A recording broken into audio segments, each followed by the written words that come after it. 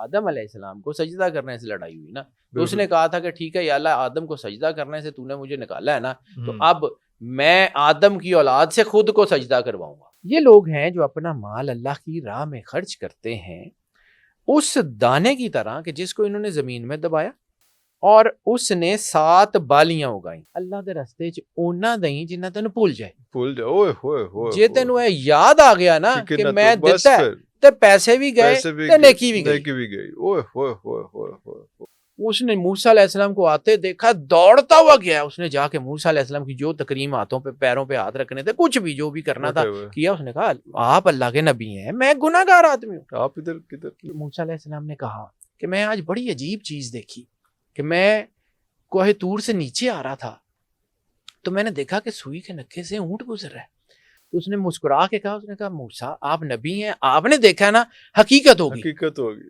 جن سے لے کے آزماتا ہے نا ان کے نام بڑے خوبصورت ہیں، ایوب، ابراہیم، یعقوب، ٹھیک ہے، یوسف، جن سے لے کے آزماتا ہے اور اللہ دے کے آزماتا ہے ان کے نام بہت خطرناک ہیں، فرعون، شداد، قارون، یزید۔ اللہ نے مال کو بانٹنے میں رکھا ہے اور لوگ اس کو جمع کرنے میں ڈھونڈتے ہیں۔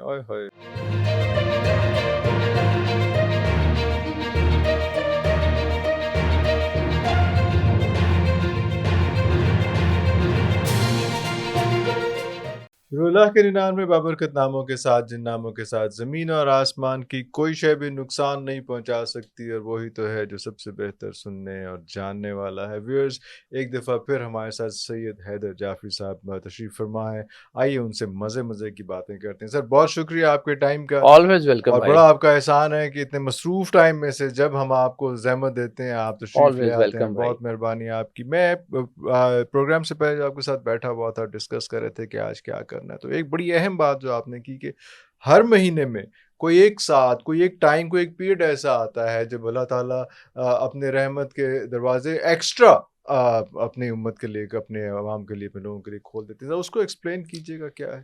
سر جیسے ہم دن اور رات کے نظام میں رہتے ہیں، کسی وقت آپ جب یہ جو ہے فون کے اوپر محکمہ موسمیات کی طرف سے پریڈکشنز پڑھتے ہیں تو آپ کو میکسیمم اور منیمم ٹیمپریچر کا آئیڈیا ہوتا ہے کہ میکسیمم ٹیمپریچر یہ رہے گا، منیمم یہ رہے گا۔ اسی طرح جس دن سے اللہ نے کن کہا ہے، اذا اراد شیئا ان یقول له کن فیکون، تو جس وقت اس نے یہ کہا تو اس کا مطلب ہے ایک انرجی کا پیٹرن شروع ہو گیا۔ یہ کائنات بیسیکلی انرجی ہے، کہیں وہ انرجی پرسونیفائیڈ ہے اور کہیں وہ نان پرسونیفائیڈ۔ انرجی پرسونیفائیڈ ہے تو سورج ہے، انرجی پرسونیفائیڈ ہے تو ایٹم ہے، انرجی پرسونیفائیڈ ہے تو منرلز ہیں، انرجی پرسونیفائیڈ ہے تو انسان ہے۔ اللہ اکبر، اور یہ سب آپس میں انٹرمنگل ہیں۔ ڈیفینیٹلی، مطلب انسان کا جو ہے وہ دو چیزیں ہیں، تھوڑی سی شاید تمہید زیادہ ہو جائے گی لیکن ضروری ہے، لوگوں کو سمجھنے کی ضروری ہے۔ ایک ہے تخلیق اور ایک ہے امر۔ اللہ قرآن پاک میں کہتا ہے ہم نے اس دنیا کو، اس زمین اور آسمان کو 6 دنوں میں تخلیق کیا، اور ایک طرف کہتا ہے اذا اراد شیئا ان یقول له کن فیکون، اللہ اکبر، ود ان نو ٹائم وہ ہو جاتا ہے۔ یہاں کہہ رہا ہے 6 دن۔ تو ایک چیز اور کہ اگر سورج، چاند، ستارے موجود ہی نہیں تھے، یہ نظام موجود ہی نہیں تھا، تو ان دنوں کا تعین کیسے ہوا؟ وہ دن اور رات، اور کیا کس طرح وہ کون سا تعین تھا؟ 6 دن اور 7 راتیں شاید، جیسے بھی کہا جاتا ہے، وہ اللہ نے جیسے بنایا، بالکل جیسے اس نے بنایا۔ وہ جو تخلیق کا نظام ہے وہ بھی، اور ایک کن کا، امر کا نظام، دونوں پیرلل چلتے ہیں۔ ٹھیک ہے، اس کو سمجھنا پڑے گا۔ جب ہم تخلیق کو نگلیکٹ کرتے ہیں تو ہمیں امر سمجھ نہیں آتا، امر کو نگلیکٹ کرتے ہیں تو تخلیق سمجھ نہیں آئے گی۔ بالکل ٹھیک ہے، جیسے اللہ چاہے تو جو چاہے، جب چاہے، جیسے چاہے کر سکتا ہے۔ جب اللہ کن کہہ کے یہ پوری کائنات بنا سکتا ہے تو پھر بچے کی تخلیق کا جو طریقہ ہے وہ قرآن پاک میں بز کا، اللہ کا، اور وہ سارا کیسے پورا 7 سٹیجز پروگرام جیسے وہ لکھا ہوا ہے، ویسے ہی تخلیق یہ ہے کہ جس ٹائم میں جس نے بننا ہے اس نے اتنے ٹائم میں بننا ہے، وہ ٹائم لینا۔ ٹھیک ہے، امر یہ ہے کہ حضرت بلال جو ہے گٹھلیاں لگائیں گے تو فوراً درخت لگ جائے گا۔ اب اس کو سمجھیے جہاں پہ میں لانا چاہ رہا ہوں، یہ انرجی آپس میں انٹرمنگل کرتی ہے۔ کسی وقت پازیٹیو انرجی پورے مہینے میں ایک سائیکل میں. قرآن پاک میں اللہ کیا کہتا ہے؟ اور ہم نے طے کر لیا مہینے 12 ہوں گے. اللہ کے نزدیک تو مہینوں کی تعداد 12 ہے. جو ہے وہ الرمضان، جیسے سرور انبیاء صلی اللہ علیہ وسلم نے فرمایا تھا شعبان الشہری و رمضان و شہر اللہ، شعبان میرا مہینہ ہے اور رمضان اللہ کا مہینہ ہے. اس کا مطلب ہے مہینے کی سگنیفیکینس اللہ کی ذات کے ساتھ بھی. بالکل صحیح. مہینے کی سگنیفیکینس اسلام میں بھی ہے، اسلام سے باہر بھی ہے، پوری یونیورس میں. مہینے کو سمجھیے. اب اس مہینے میں بہت ساری چیزیں قید ہیں. اس پورے مہینے میں انرجیز کا ایک سائیکل مقرر جو ہے وہ مکمل ہوتا ہے، اور یہ 12 سائیکل مل کے ایک سال مکمل کرتے ہیں. ہر مہینے میں انرجی کا ایک سائیکل ہوتا ہے. ہر مہینے میں انرجی کا ایک ڈیفرنٹ سائیکل مکمل ہوتا ہے. سائیکل تو چل ہی رہا ہوتا ہے نا، لیکن وہ ایک سائیکل جو ہے وہ پورا کمپلیٹ ہوتا ہے، اور یہ 12 سائیکل آپس میں ملتے ہیں تو پھر ایک سال کمپلیٹ ہوتا ہے. بالکل صحیح. اب اسی کو مد نظر رکھیے کہ جب یہ ایک مہینے کا سائیکل چل رہا ہوتا ہے تو انرجی کسی ایک وقت میں چند گھنٹوں کے لیے، یہ دورانیہ 2-2.5 گھنٹے سے لے کے زیادہ سے زیادہ 7 گھنٹے کے درمیان ویری کرتا ہے. یہ ضروری نہیں ہے کہ ہر مہینے اتنا ہو، اور یہ بھی ویری کرتا ہے کہ وہ کس دن ہو، کس وقت، کس وقت. یہ مطلب ہم انرجی کو پڑھتے ہیں تو پھر ہم اس کو ٹیلی کر لیتے ہیں کس طرف چل جاتا ہے. اب ایک وقت میں وہ انرجی بہت زیادہ تیز ہوتی ہے، بہت زیادہ اٹموسٹ لیول کے اوپر ہوتی ہے. اللہ اکبر. یعنی وہ سمجھیں کہ وہ ایسا ایک کشن ہے. یعنی آپ نے اسلام آباد جانا ہے، آپ کے پاس ایک گاڑی ہے جس کی زیادہ سے زیادہ سپیڈ جو ہے وہ 140 کلومیٹر ہے. آپ کو ایک ایسی کار یا ایک بلٹ ٹرین مل جاتی ہے جو 700 کلومیٹر یا 1700 کلومیٹر کی سپیڈ سے جاتی ہے، تو آپ جلدی چلے جائیں گے. اللہ. یا آپ کو کوئی ہیلی کاپٹر مل جاتا ہے تو آپ جلدی چلے جائیں گے. ہاں بالکل صحیح، بالکل صحیح. اسی طرح میڈیمز ہے نا، تو when you are connected to the medium of God, تو امپیکٹ کیا ہوگا، امپیکٹ اس کا کیا ہوگا. اب اس کو سمجھیے، یہ جو انرجی پیٹرنز ہیں، یہ جب آپ ان کی لپیٹ میں آتے ہیں، پھر یہ کہا جاتا ہے کہ جی دعا کی قبولیت کی ساتھ اس کو کیوں کہا جاتا ہے. تو دعا تو ہر لمحے ہے، ہر لمحے. اللہ تو آپ کے خیال کے اندر ہلکی سی جنبش جو آپ کو محسوس نہیں ہوتی، اللہ کو ہو جاتی. اللہ بالکل ایسے. خیال آپ کا، زندگی آپ کی، آپ کو اپنے خیال کا وہ احساس نہیں ہوتا، اللہ کو ہو جاتا ہے. بالکل ایسے. اللہ تو آپ کے اندر ہے. فنفخت فیہ روحی کا راز ہے احسن تقویم میں. اللہ احسن تقویم میں ایک ہی راز ہے، فنفخت فیہ روحی. بالکل صحیح، بالکل صحیح. اب اس جو ہے احسن تقویم کے راز میں اللہ نے جب انسان کو یہ فیصلہ کیا، انی جاعل فی الارض خلیفہ، ہم نے اس کو زمین پہ خلیفہ بنا کے بھیجا، اور پھر اس کے مقابلے میں ایک شیطانی طاقت بھی بھیج دی. یعنی شیطان نے جو ہے وہ جب شیطان کو مردود کیا تو اس کی لڑائی کس سے؟ آدم کی اولاد سے. آدم علیہ السلام کو سجدہ کرنے سے لڑائی ہوئی نا. تو اس نے کہا تھا کہ ٹھیک ہے یا اللہ، آدم کو سجدہ کرنے سے تو نے مجھے نکالا ہے نا، تو اب میں آدم کی اولاد سے خود کو سجدہ کرواؤں گا. لڑائی یہ ہے. میں ان کو جہاں پہ یہ احسن تقویم ہے، یہاں کو رسوائی کے اس مقام تک آؤں گا کہ یہ مجھے سجدہ کریں گے. اسفل السافلین میں بھی اصل میں وہ وہاں پہ بیٹھا ہوا ہے. اب اللہ نے اس کو کچھ کشن تو دینا تھا نا، کہ چلو اس مارجن میں گناہوں سے آلودہ ہیں، گناہ گار ہیں، دکھی ہیں، پریشان ہیں، کوئی نہ کوئی ان کو ایک کشن دے دیتے ہیں. تو دس از دا کشن. دعا ہر وقت ہو سکتی ہے، لیکن اس ساتھ میں آپ کو ایک موقع ایسا مل جاتا ہے کہ آپ جو ہے وہ اس کو فلیئر اپ کر سکتے ہیں، پر لگ جاتے ہیں. ٹھیک، وہ پھر آپ کی دعا فوراً ہو جاتی. اب دس از ناٹ دا کو انسیڈنس کہ جب بھی اس انرجی کو کیلکولیٹ کرتے ہیں، یہ قرآن پاک کی 114 صورتوں میں سے کسی ایک صورت کے ساتھ بالکل ایکوریٹ میچ کر. اللہ اکبر. یہ ہوا ہی نہیں کبھی کہ قرآن پاک کی 114 صورتوں کے علاوہ اس کی انرجی کسی اور پیٹرن پہ ہو.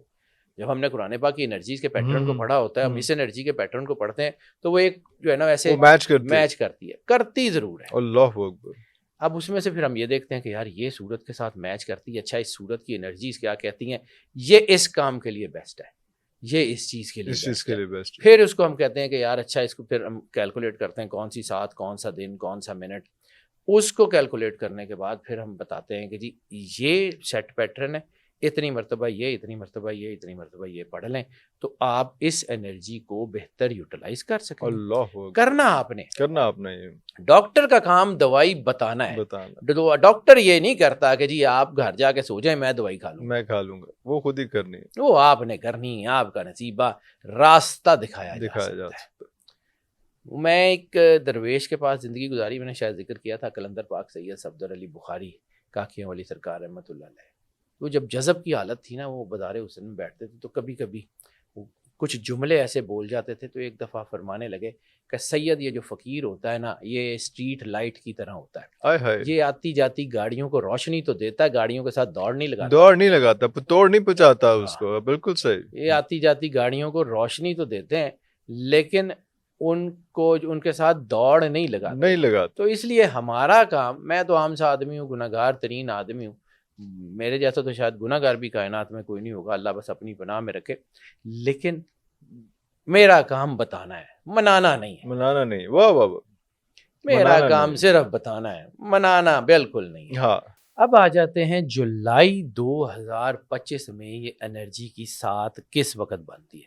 اچھا میں جب اس کو کیلکولیٹ کرتا ہوں تو میں +50 GMT کے مطابق اس کو کیلکولیٹ کرتا ہوں. PST پاکستان اسٹینڈرڈ ٹائم کے مطابق انرجی گلوبلی ایک وقت میں بیہیو کرتی ہے. لیکن آپ کو کس وقت، آپ کس خطے میں، کس جگہ پہ رہ رہے ہیں، اس کے حساب سے ٹائم زون خود کیلکولیٹ کرنا ہوگا. اچھا اوکے.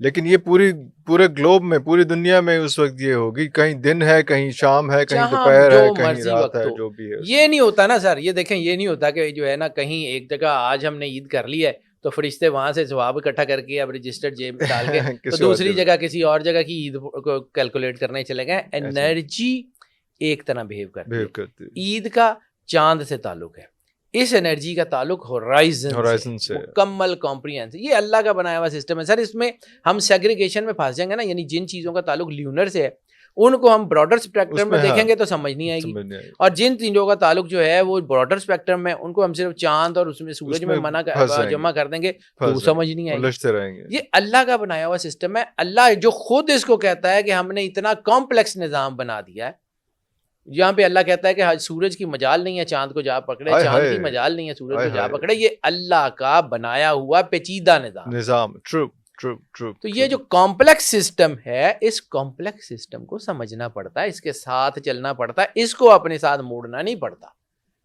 اب آ جاتے ہیں PST Pakistan standard time +50 GMT میں اس انرجی کا ٹائم کیا بن رہا ہے. تو آج کی رات بنتی ہے 27 جولائی. اللہ اکبر. یہ جو آ رہی ہے رات، مطلب یہ جو آ رہی ہے تو بنتی ہے 27 جولائی کی رات. 27 جولائی جو ہے وہ رات 12:19، یعنی 26 جولائی ختم ہوگی 12:00، یعنی یہ بنے گا 0019 آورز. 19. ہاں جی بالکل ٹھیک ہو گیا. ہاں 27 ارلیسٹ مارننگ. ہاں 0019 آورز پہ یہ ٹائم شروع ہوگا PST کے پاکستان ٹائم +500 GMT. باقی جو لوگ دیکھ رہے ہیں اپنے حساب سے کیلکولیٹ کر لیں جی. بالکل. اور اس میں جو یہ ٹائم بنے گا یہ جو ہے وہ بنے گا چلے گا پھر 6:12. ارے آلموسٹ 6 آورز. یہ آلموسٹ 5 گھنٹے اور 57 منٹ شاید. اچھا 5 گھنٹے 57 منٹ کا یہ ٹائم بنتا ہے. اس بار یہ انرجی کا ٹائم بہت زیادہ ہے. اللہ یعنی موقع بہت بڑا ہے. اور اس میں اگر آپ اس کو جو ہے وہ یوٹیلائز کریں تو پھر میں نے آپ کو کہا تھا کہ یہ کسی ایک سورت قرآن پاک کے ساتھ میچ کرتی ہے. قرآن پاک میں سارا قرآن ہی جو ہے وہ رحمت ہے، شفا ہے، کرم ہے، لیکن قرآن پاک میں خاص وہ صورتیں جو حروف مقطعات سے شروع ہوتی ہیں وہ بہت پاورفل ہے. تو اس بار یہ جو انرجی میچ کری ہے وہ سورہ صاد سے میچ کری. سورہ صاد جو ہے نا وہ اس سے یہ میچ کری ہے، اور سورہ صاد حروف مقطعات ہے. اس کی پاور، اس کی انرجی ویسے ہی بڑی الٹیمیٹ ہے. یعنی جب میں 7 کو کیلکولیٹ کرتا ہوں 12 مہینے ہی کیلکولیٹ کر رہا ہوتا ہوں ہر مہینے، تو کبھی کبھی لگتا ہے کہ یار یہ جو انرجی ہے نا یہ بڑی اٹموسٹ ہے، اس سے جیسی انرجی اب شاید پورے سال میں نہ آئے. اللہ اکبر. لیکن اللہ ہے بدل دیتا کسی وقت. یعنی ایک وقت میں مجھے یاد ہے کہ میں پچھلی بار محرم کی انرجی کیلکولیٹ کر رہا تھا اس میں جو 7 بن رہی تھی تو اتنی اٹموسٹ تھی، تو میرا خیال تھا کہ شاید اس جیسی انرجی اگلے سال میں نہیں آئے گی، اگلے سال میں کہیں آئے گی، لیکن یہ 2 مہینے کے بعد پھر وہی انرجی ہے۔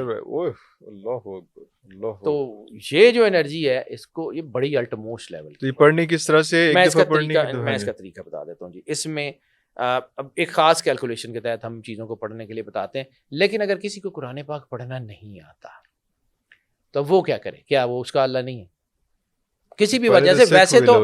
ویسے تو مطلب پڑھنا تو ہر ایک کو آنا چاہیے، قرآن پاک تو ایسی چیز ہے جو ہر ایک کو آنی چاہیے۔ چلو کسی کو قرآن پاک میں چند صورتیں آتی ہیں جیسے کسی کا علم حاصل کرنا فرض ہے تو وہ اسی طرح سے جس طرح نماز فرض ہے، اتنا امپورٹنٹ ہے علم حاصل کرنا۔ تو پڑھنے نہیں آتا، اقرا لے 10 شروع ہی وہاں سے ہوتا ہے، اقرا پڑھ۔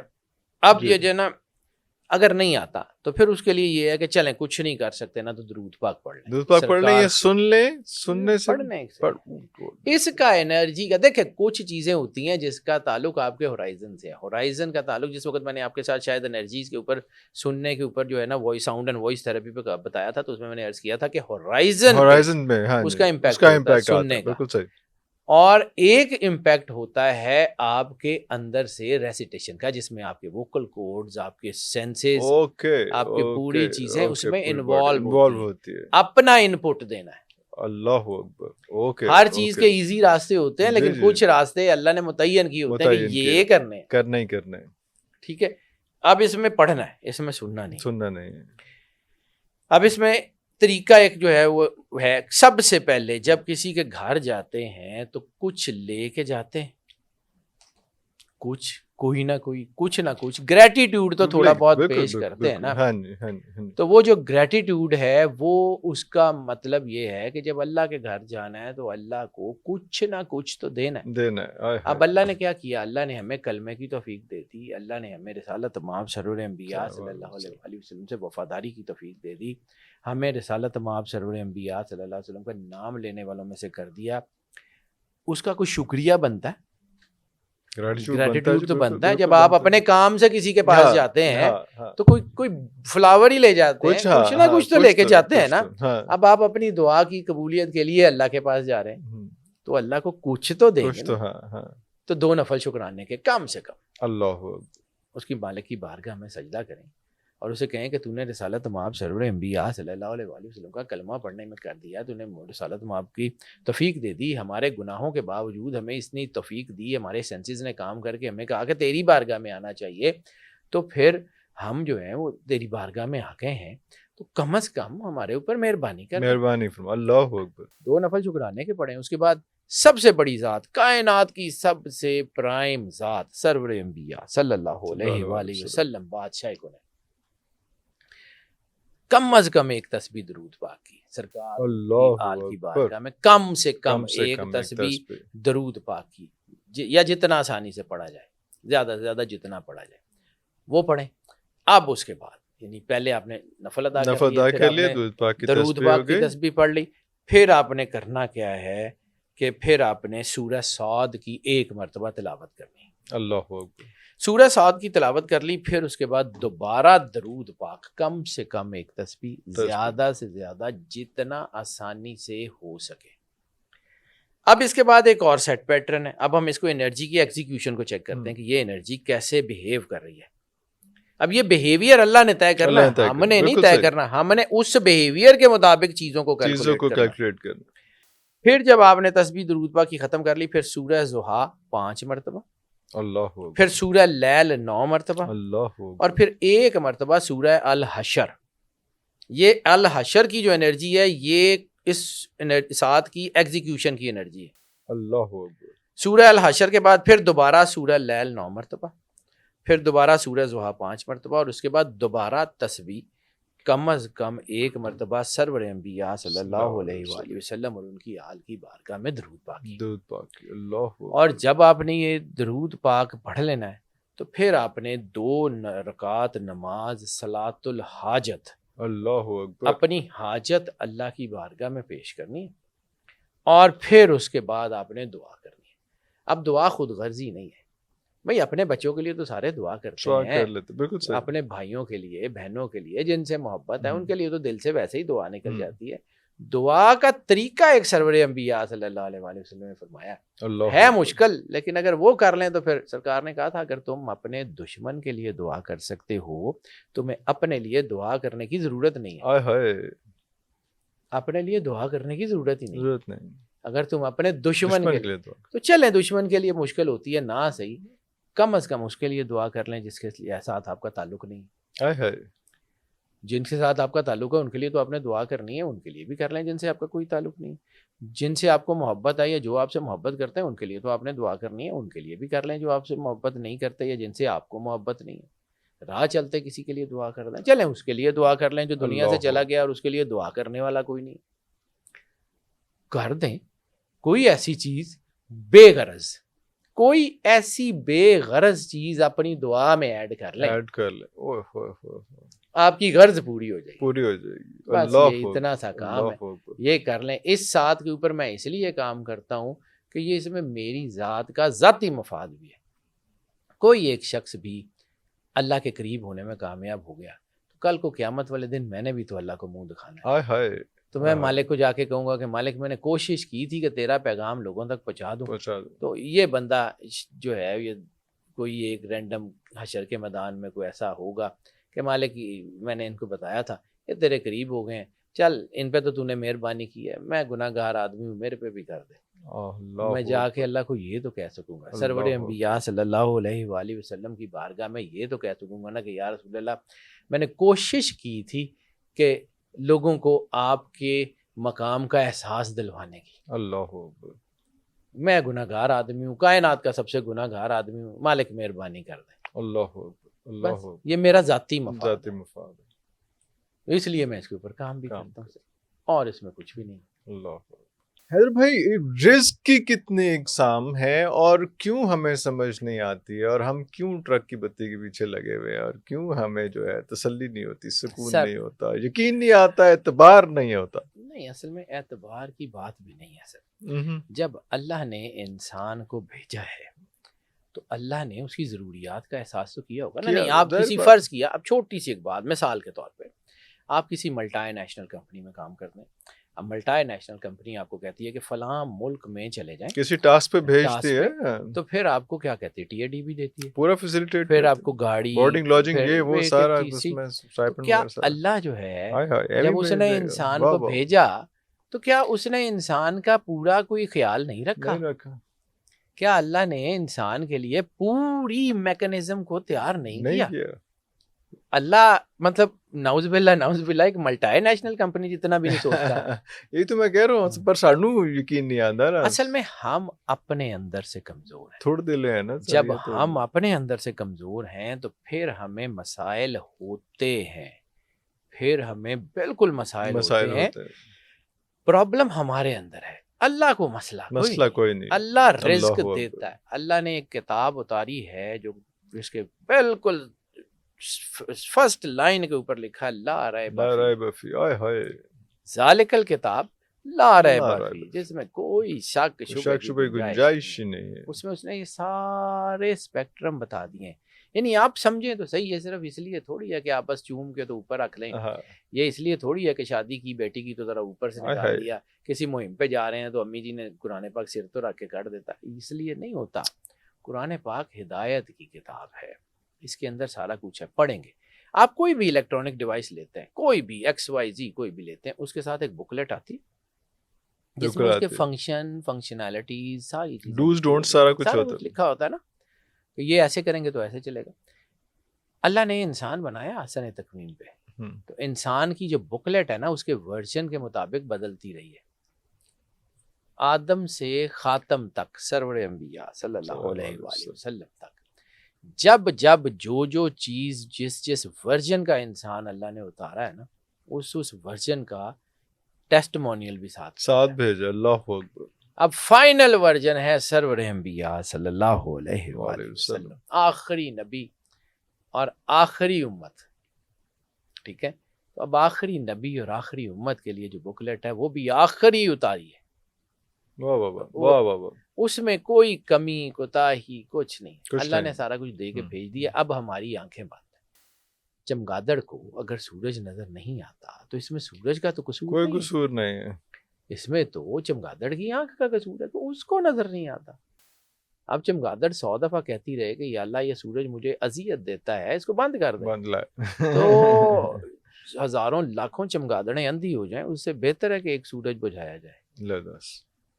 قرآن پاک اللہ کہتا ہے نا کہ اللہ اپنے نور کو مکمل کرے گا چاہے یہ کافروں کو برا ہی لگے. برا لگے، بالکل صحیح، بالکل صحیح. کریہ الکافرون والی آیت ہے کہ ان کو بے شک برا ہی لگے، اللہ اپنا نور مکمل کرے. اب آ جاتے ہیں اس اسپیکٹرم کی روشنی میں آگے بڑھتے ہیں. رزق انتہائی ضروری ہے. اگر آپ نے اللہ کے راستے میں کسی کی خدمت کرنی ہے، آپ کے پاس سرپلس ہے تو دیں گے.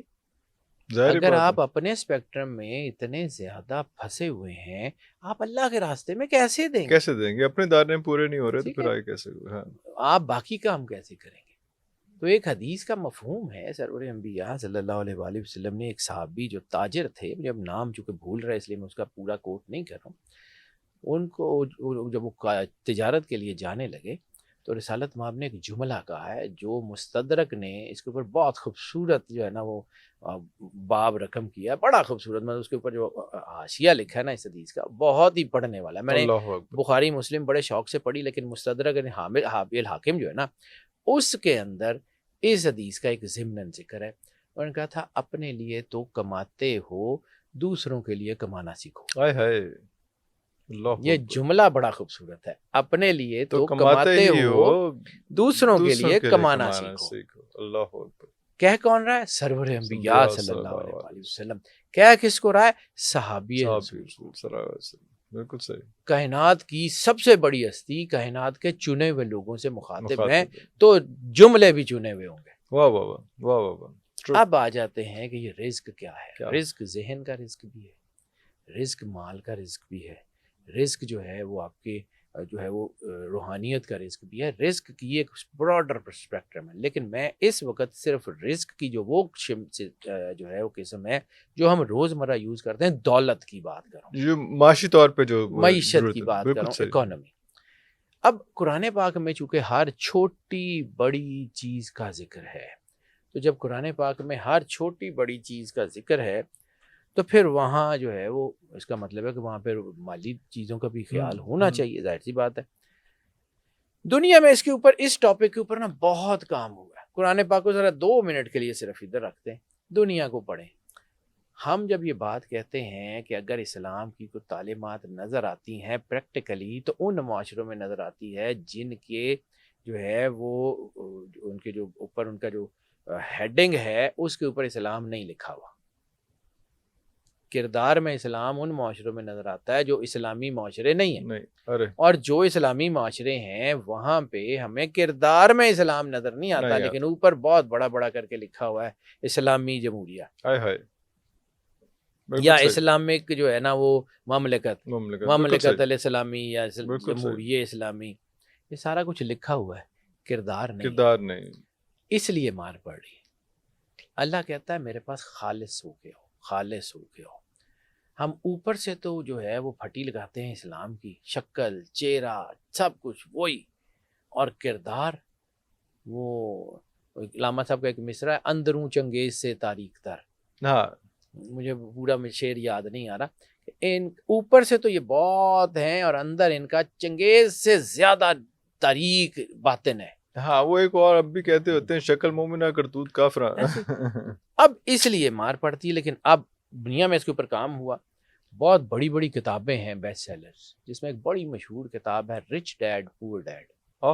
رچ ڈیڈ پور ڈیڈ بہت خوبصورت کتاب ہے سر، پڑھنے والی ہے. ایک اور کتاب ہے، میں نے 2-3 کتابیں لکھ کے رکھی ہوئی ہیں. One up on Wall Street, that is also best seller. One up on Wall Street یہ، اور تیسری یہ کتاب ہے دی انٹیلیجنٹ انویسٹر. ارے واہ. اب ان کتابوں تینوں کو میں نے پڑھا. ان تینوں کتابوں کو جب میں نے پڑھا تو مجھے ایسے لگا کہ اس نے قرآن پاک کا نام لیے بغیر ایکسپلین اسی کو ہائے ہائے تینوں کتابوں نے میری اپنی لائبریری میں تینوں پڑھی ہوئی، اور میری صرف پردوں سے میچ کر کے نہیں رکھی ہوئی، میں پڑھتا بھی ہوں. تھوڑی لائبریری چھاپا مارنا پڑنا کسی دن. Always welcome. تو یہ جب ہے نا میں اس کو جو ہے نا وہ ان تینوں کتابوں کو پڑھا، پھر میں نے سوچا کہ یار ان لوگوں نے اس کے اوپر کام کیا ہے تو ہم نے اپنے قرآن پاک کے اوپر کیا کیا ہے. تو میں نے سوچ بھی اللہ دیتا ہے جی، میری اوقات حیثیت کیا ہے، وہ کائنات کا مالک ہے، وہ جس سے جو چاہے کرانا چاہے. اللہ. پھر میں نے قرآن پاک کو اس اسپیکٹرم سے پڑھا کہ قرآن پاک نے دولت کمانے اور دولت جمع کرنے کے اصول کیا دیے. دولت کمانے اور دولت جمع کرنے کے اصول کیا دیے. تو مجھے 5 اصول نظر آئے صرف. اوکے. پورے قرآن پاک 114 سورتیں پڑھنے کے بعد جتنی میری عقل سمجھ اللہ نے دی ہوئی ہے، جتنا مجھے اس نے شعور دیا ہوا ہے، وہ دیانتداری سے لگانے کے بعد مجھے 5 چیزیں نظر آئی ہیں. وہ 5 چیزیں آپ سے شیئر کر دیتا ہوں کہ کس وجہ سے رزق آتا ہے اور کس وجہ سے رزق ختم ہوتا ہے. یہ 5 چیزیں ہیں، اس کو سمجھتے ہیں جی، ایک ایک کر کے بات کر لیتے ہیں. یہ باتیں اگر سمجھ آ جائے نا تو ہم صرف کلمہ پڑھتے نہیں ہیں، کلمے کو اگر اپنے اوپر تھوڑی سی طاری کر لیں تو یہ ہماری روٹین کا حصہ ہے. اچھا، اب آ جاتے ہیں. سب سے پہلے ایک اصول مجھے نظر آیا، the power of forgiveness. Forgiveness کا مطلب سمجھ لیں استغفار. یہ جو استغفار ہے نا، یہ بڑی کمال کی چیز ہے. استغفار ہم لوگ پڑھتے ہیں استغفر اللہ ربی من کل ذنب واتوب الیہ، تسبیح پہ، ہاتھوں پہ، زبان سے. سر میں نے ساری زندگی قرآن پاک، میری چونکہ اسپیشلائزیشن ہی قرآن انرجیز میں، تو میں نے اپنی ساری زندگی تقریباً آدھی صدی تو میں گزار ہی چکا ہوں. تو آدھی صدی میں 10 12 15 سال میں ایک سائڈ پہ کر رہا ہوں، تو 35 سال سے میں اس کے اوپر اسی فیلڈ میں کام کر رہا ہوں. اللہ ٹھیک ہے. تو میں نے اس کو سیکھنے کے بعد ایک چیز سیکھی ہے کہ استغفار کی تسبیح نہ ہاتھوں پہ ہوتی ہے، نہ زبان سے ہوتی ہے، نہ دانوں پہ ہوتی ہے. استغفار کی تسبیح آنسوؤں پہ ہوتی ہے. استغفار کی تسبیح جو ہے نا وہ صرف اور صرف آنسوؤں پہ ہوتی ہے. جہاں عبادتیں ختم ہو جاتی ہے نا، وہاں ندامتیں شروع ہوتی ہیں.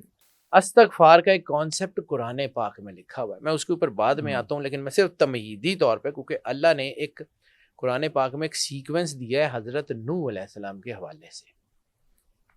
حضرت نوح علیہ السلام نے 980 سال 950 سال سے زیادہ صرف تبلیغ کی ہے. ظاہری حیات ان کی اس سے زیادہ ہے، لیکن صرف تبلیغ کا ٹائم 950 1000 سال کے قریب ہے. اور ان کی امت میں چند لوگ صرف مسلمان ان کے دین کے اوپر آئے، باقی سارے ان کے مخالف تھے. اب اللہ نے وہ تبلیغ کے بارے میں، لیکن قرآن پاک میں حضرت نوح علیہ السلام کی طرف سے ایک چیز جو ہے وہ قرآن پاک میں بیان کی ہے، جو اصل رزق کا طریقہ ہے. اب سمجھیے کہ حضرت نوح علیہ السلام کی جو معیشت ہے وہ ایگریکلچر معیشت ہے، اس کو مد نظر ان کے مقابلے اس وقت. ٹھیک ہے، کھیتی باڑی. سورہ نوح کی آیت نمبر 10 سے لے کے 12 تک اللہ کہتا ہے، تو میں نے کہا اے لوگو اپنے رب سے معافی مانگو، بے شک وہ بڑا معاف کرنے والا ہے. وہ تم پہ موسلادھار بارش بھیجے گا اور مال سے اور تمہاری اولاد سے، بیٹوں سے تمہاری مدد کرے گا اور تمہارے لیے باغات بنا دے گا اور تمہارے لیے نہریں بنائے گا. اور اس میں جو ہے نا یہ چونکہ یہ نہریں بنائے گا اور یہ سارا اس کے باقی. اب یہ آیت جو ہے یہ بتاتی ہے کہ جو نوح علیہ السلام کا دور ہے نا، اس میں پراسپیرٹی کیا تھی؟ بارش، فصلیں، پانی، مین پاور یعنی اولاد اور پھر ان کے لیے جو ہے وہ نہری نظام، اس وقت کا اریگیشن سسٹم. ٹھیک ہے. اب اس میں جو چیز ہے کہ یہ جو بارش ہے اس کے بارے میں، اور باغوں اور ندیوں کا کانسیپٹ. اب اس میں اس کی وجہ کیا ہے؟ یعنی اللہ جو کچھ بھی کہہ رہا ہے وہ سارا کچھ اگر حاصل کرنا چاہتے ہیں تو شروع کہاں سے ہوتا ہے؟ استغفار. انسان اپنے اوپر ظلم کرتا ہے. ٹھیک ہے. ربنا ظلمنا انفسنا وان لم تغفر لنا وترحمنا لنکونن من الخاسرین. آدم علیہ السلام. ٹھیک ہے. ہم نے ظلم کیا ہے. اب یہاں پہ ایک اور چیز ہوتی ہے کہ جی آدم علیہ السلام کو تو اللہ نے، مطلب آدم کو بنانے سے پہلے جب اللہ کا ارادہ ہے انی جائل فی الارض خلیفہ، آدم علیہ السلام تو حق پہ ہوتے اگر یہ کہتے کہ مالک تو نے تو فیصلہ مجھے زمین پہ بھیجنے کا پہلے ہی کر لیا تھا، تو یہ گندم کا یا ایپل کا یا کیا یہ مسئلہ ایسے میرے ذمہ کیوں لا رہے ہو کہہ دیتا تو اللہ، پر نہیں ایسا نہیں ہے، ٹھیک ہے، تو اللہ جو ہے وہ حق پہ جانب ہے، اللہ اس کو کرتا ہے، لیکن آدم علیہ السلام کی کنڈکٹ کیا ہے، پتہ ہے گناہ نہیں ہے، ہاں پھر بھی ہاتھ جوڑ دیے، پتہ ہے کہ نہیں کیا ہوا، پھر بھی ہاتھ جوڑ دیے، مالک معافی دے دے، مہربانی غلطی ہو گئی، اپنی غلطی نہ ہوتے ہوئے بھی تسلیم، اللہ اکبر، اس کو سمجھیے، اپنی غلطی نہ ہوتے ہوئے بھی استغفار کہ مالک تیری مہربانی، صبر کر، مہربانی کر لے، یہی طریقہ ہے۔ اب اس کا ایک طریقہ قرآن پاک میں، جہاں سے میں نے کہا تھا کہ رسالت مآب سرور انبیاء صلی اللہ علیہ وسلم کی امت کو ایک طریقہ سکھایا گیا۔ آیت کا مفہوم ہے، یا رسول اللہ اگر یہ اپنی جانوں پہ ظلم کر بیٹھے، اپنی جانوں پہ ظلم کر بیٹھے اور یہ اپنے گناہوں پہ پشیمان ہو کے آپ کی بارگاہ میں پیش ہوئے، اچھا قرآن پاک کا مفہوم چیک کیجیے، قرآن پاک آیت کیا رہی ہے، اشارہ کدھر کر رہی ہے، جو اللہ کہتا ہے وہ کرنا ہے کہ آپ کرنا ہے۔ اللہ کہتا ہے کہ یا رسول اللہ اگر یہ اپنی جانوں پہ ظلم کر بیٹھیں، قرآن عبدالعباد تک کی کتاب ہے، تو عبدالعباد تک جب تک انسان آئیں گے یہی طریقہ ہوگا، جب یہ اپنی جانوں پہ ظلم کر بیٹھیں اور اپنے گناہوں پہ پشیمان ہو کے آپ کی بارگاہ میں پیش ہو جائیں، تو اللہ کے رسول کو چاہیے ان کو معاف کر دیں۔ اللہ کو تو یہ بخشنے والا اور مہربان ہی پائیں گے، وہ اللہ کو تو یہ بخشنے والا مہربان ہی پائیں گے۔ واہ واہ واہ واہ، اللہ بخشش کا آرڈر کہاں سے چلے گا؟ استغفار کا مطلب ہے سرور انبیاء صلی اللہ علیہ وآلہ وسلم کی بارگاہ میں پشیمانی اور ندامت کے ساتھ پیش ہونا۔ اگر آپ کثرت سے استغفار کرتے ہیں تو نہ کچھ کریں، غیب سے رزق آنا شروع ہوگا۔ یہ میری زندگی کا تجربہ ہے، اللہ اکبر، میری زندگی کا تجربہ ہے۔ استغفار اتنی بڑی طاقت ہے۔ اللہ استغفار کیا ہے کہ اپنے آپ کو ظالم مان لینا۔ اب ظلم اپنی جان پہ کیا ہے یا لوگوں کی جان پہ کیا؟ ظلم اپنے ساتھ بھی ظلم کیا، اپنے ساتھ کیا ہے؟ گناہ۔ اللہ نے کتاب دی، اللہ نے دین دیا، کلمہ پڑھنے کے باوجود اس کے ساتھ معصیت اختیار کی، ظلم کیا نا اپنے اوپر، اپنے آپ کے اوپر ظلم کیا نا۔ حقوق العباد نہیں پورے کی تو اپنے ساتھ ظلم کیا، حقوق اللہ بھی نہیں پورے کیے، حقوق العباد نہیں پورے کیے تو لوگوں کے ساتھ ظلم کیا۔ اپنے لوگوں کے ساتھ تو چلیں کیا اپنی ذات کے ساتھ بھی، یہ وائس ورسا، یہ دو دھاری تلوار ہے۔ مجھے ایک ٹیپو سلطان کا جملہ یہاں یاد آ گیا جی، میں ٹیپو سلطان میرا بڑا فیوریٹ ہے، میں اس کو شوق سے پڑھتا ہوں۔ پورنیا پنڈت ایک ٹیپو سلطان کا دوست تھا، وہ اس وقت دو دھاری تلوار چلاتا تھا، ایک طرف اس کی دھار ہوتی تھی۔ تو ٹیپو سلطان نے پورنیا پنڈت کو دیکھ کے کہا کہ پورنیا یاد رکھنا، یہ دو دھاری تلوار کی ایک دھار ہمیشہ اپنی گردن کی طرف ہوتی ہے، یہ ذرا احتیاط کرنا۔ تو یہ دو دھاری تلوار ہے جس کی ایک دھار ہمیشہ اپنی گردن کی طرف ہوتی ہے، اپنی گردن بھی کاٹ دیتی ہے۔ یہ امر الہی دو دھاری تلوار۔ پھر کسی دن ذوالفقار پہ بات کریں گے نا، تو اس کانٹیکس میں آپ کو بتاؤں گا، لاسٹ ٹائم ڈسکس ہوا تھا کہ اس پہ بات کرنی ہے، بالکل وہ کبھی زندگی رہی تو بات کریں گے۔ اچھا جی، یہ جو ہے نا استغفار، دوسرا بہت امپورٹنٹ جو ہے وہ امپورٹینس آف چیریٹی۔ بالکل صحیح، امپورٹینس آف چیریٹی کیا ہے، اور پارٹنرشپ پارٹنرشپ ود گاڈ، اللہ کے ساتھ پارٹنرشپ کیا ہے، اس کے اوپر بات کرتے ہیں۔ صحیح مسلم کی ایک حدیث ہے جس میں کہ صدقہ دولت کو کم نہیں کرتا، اور سورہ بقرہ کی آیت ہے کہ یہ لوگ، میں پہلے آیت سنا لوں پھر آپ کو اس کی امپیکٹ بتاتا ہوں کہ کیا ہے۔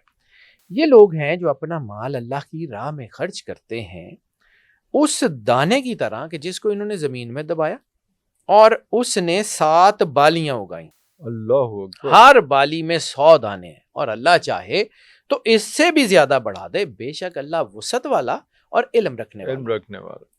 یعنی ایک چیز آپ نے اللہ کے راستے میں دی، ایک بیج آپ نے زمین میں لگایا، اس کے اندر پورا جنگل ہے، جب اس کے اوپر پھل لگے گا تو سینکڑوں ہزاروں پھل ہوں گے، ہر پھل کے اندر بیج ہوں گے، وہ پھیلتے چلے جائیں گے. اللہ اس لیے کہتا ہے کہ نیکی کو ہم بڑھاتے چلے جائیں گے. اللہ اکبر. اب واپس آتے ہیں جو چیریٹی. ایک سوال کیا جاتا ہے کہ جی کتنی دیں، کیسے دیں، حقدار کون ہے، حقدار نہیں ہے. میری رائے ہے لوگ، میں نے پہلی بات کی ہے جی، بتانا میرا مقصد ہے، منانا نہیں. وہ جانے اس کا کام جانے، میں جو دیانتداری سے سمجھ آتی ہے وہ بات کرتا ہوں. That's it. اللہ ہمیں وہ دیتا ہے جس کے ہم حقدار ہیں، اور کیا اللہ ہمیں وہ نہیں دیتا جس کے ہم حقدار نہیں ہیں؟ تو ہم حقدار کیوں ڈھونڈتے ہیں؟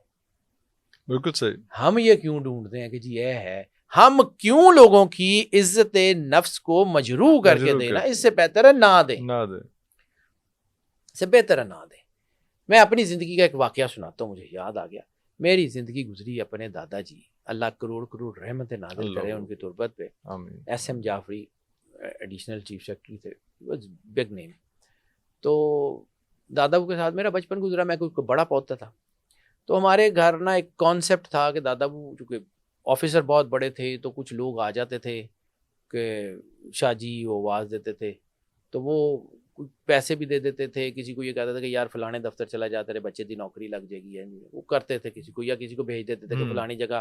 اس وقت یہ لنگر خانے وغیرہ یہ ہوتے تھے دربار داتا صاحب کے یا کہیں، تو اس وقت وہ سیکٹری اوقاف کو لکھ دیتے تھے کہ یار ان کے گھر میں اس کا کر دے، یا اس قسم کے کام میں دیکھے. میں ایک دن نا پیسے تو ہمارے پاس ہوتے تھے، اللہ کا شکر ہے، وہ مطلب اللہ نے جس گھر میں پیدا کیا تو ہمیں اس وقت معیشت کا کوئی پرابلم نہیں، آج بھی نہیں ہے، اس کی مہربانی ہے، رکھے تو نہ رکھے. لیکن اس وقت he was very senior bureaucrat, تو پیسے ویسے کا مسئلہ نہیں تھا، تو پاکٹ منی اچھی خاصی ملتی تھی. تو پیسے مجھے بھی ملتے تھے، تو میں نے جو کہ دادا کو یہ کرتے دیکھا تو میں بھی کہیں دے دیتا تھا. وہ ایک دن میں ایسے ہی بیٹھا ہوا تھا دادا کے پاس، تو میں نے کہا کہ جی وہ فلانا بندہ آیا سی، ہم پنجابی بولتے ہیں گھر میں، تو فلانا بندہ آیا سی تو میں انہیں دیتے، تو میں لگتا ہے میرے کو پیسے کاٹ گئے. تو مجھے انہوں نے دیکھا، مجھے ان کے چہرے کے تاثرات بھی یاد ہیں. ان کے چہرے پہ نا ایک سرخی جیسے غصہ نہیں آتا، تو اخبار پڑھ کے رکھتے، کہتے پتر ادھر نالو چنگا سی نہ دیندا تو یہ سوچنا ہے. میں کہ جی مطلب کہ بیٹا ایک گل یاد رکھی، اللہ دے راستے وچ اونا دئی جنہ تینوں بھول جائے. اوئے ہوئے ہوئے، جے تینوں اے یاد آ گیا نا کہ میں دیتا ہے تے پیسے بھی گئے تے نیکی بھی گئی. اوئے ہوئے ہوئے ہوئے، اللہ کے راستے میں اتنا دیں جتنا بھول گیا. وہ شوخے ہو کے بڑا بڑا دے دیں، اس تو بعد یاد آتا رہتا کہ اے کی دیتا، تو وہ بھی گیا. یہ میرے دادا جی نے مجھے یہ سبق پڑھایا ہوا تھا، تو میں اتنا ہی کرتا ہوں. میرے پتہ ہی نہیں ہے، میں کر بھی نہیں سکتا، اس کی مرضی ہے. کانسیپٹ یہ ہے کہ اللہ کو دینا. اب اس کو ایک صرف میں چونکہ میں کیلکولیشن کا آدمی ہوں تو میں آپ کو کیلکولیشن میں سمجھاتا ہوں. ایک آدمی ہے جس کی پوری جو ملکیت ہے وہ 2 روٹیاں، اس میں سے اس نے 1 روٹی اللہ کے راستے میں کسی کو دے دی. اس نے اپنی پوری معیشت کا 50% دے دیا اللہ کے راستے میں. اور ایک بندہ ہے جس کے پاس 10 کروڑ روپے ہے، اس نے 10 لاکھ دے دیا. کتنے پرسنٹ دیا؟ 1%. پینٹس.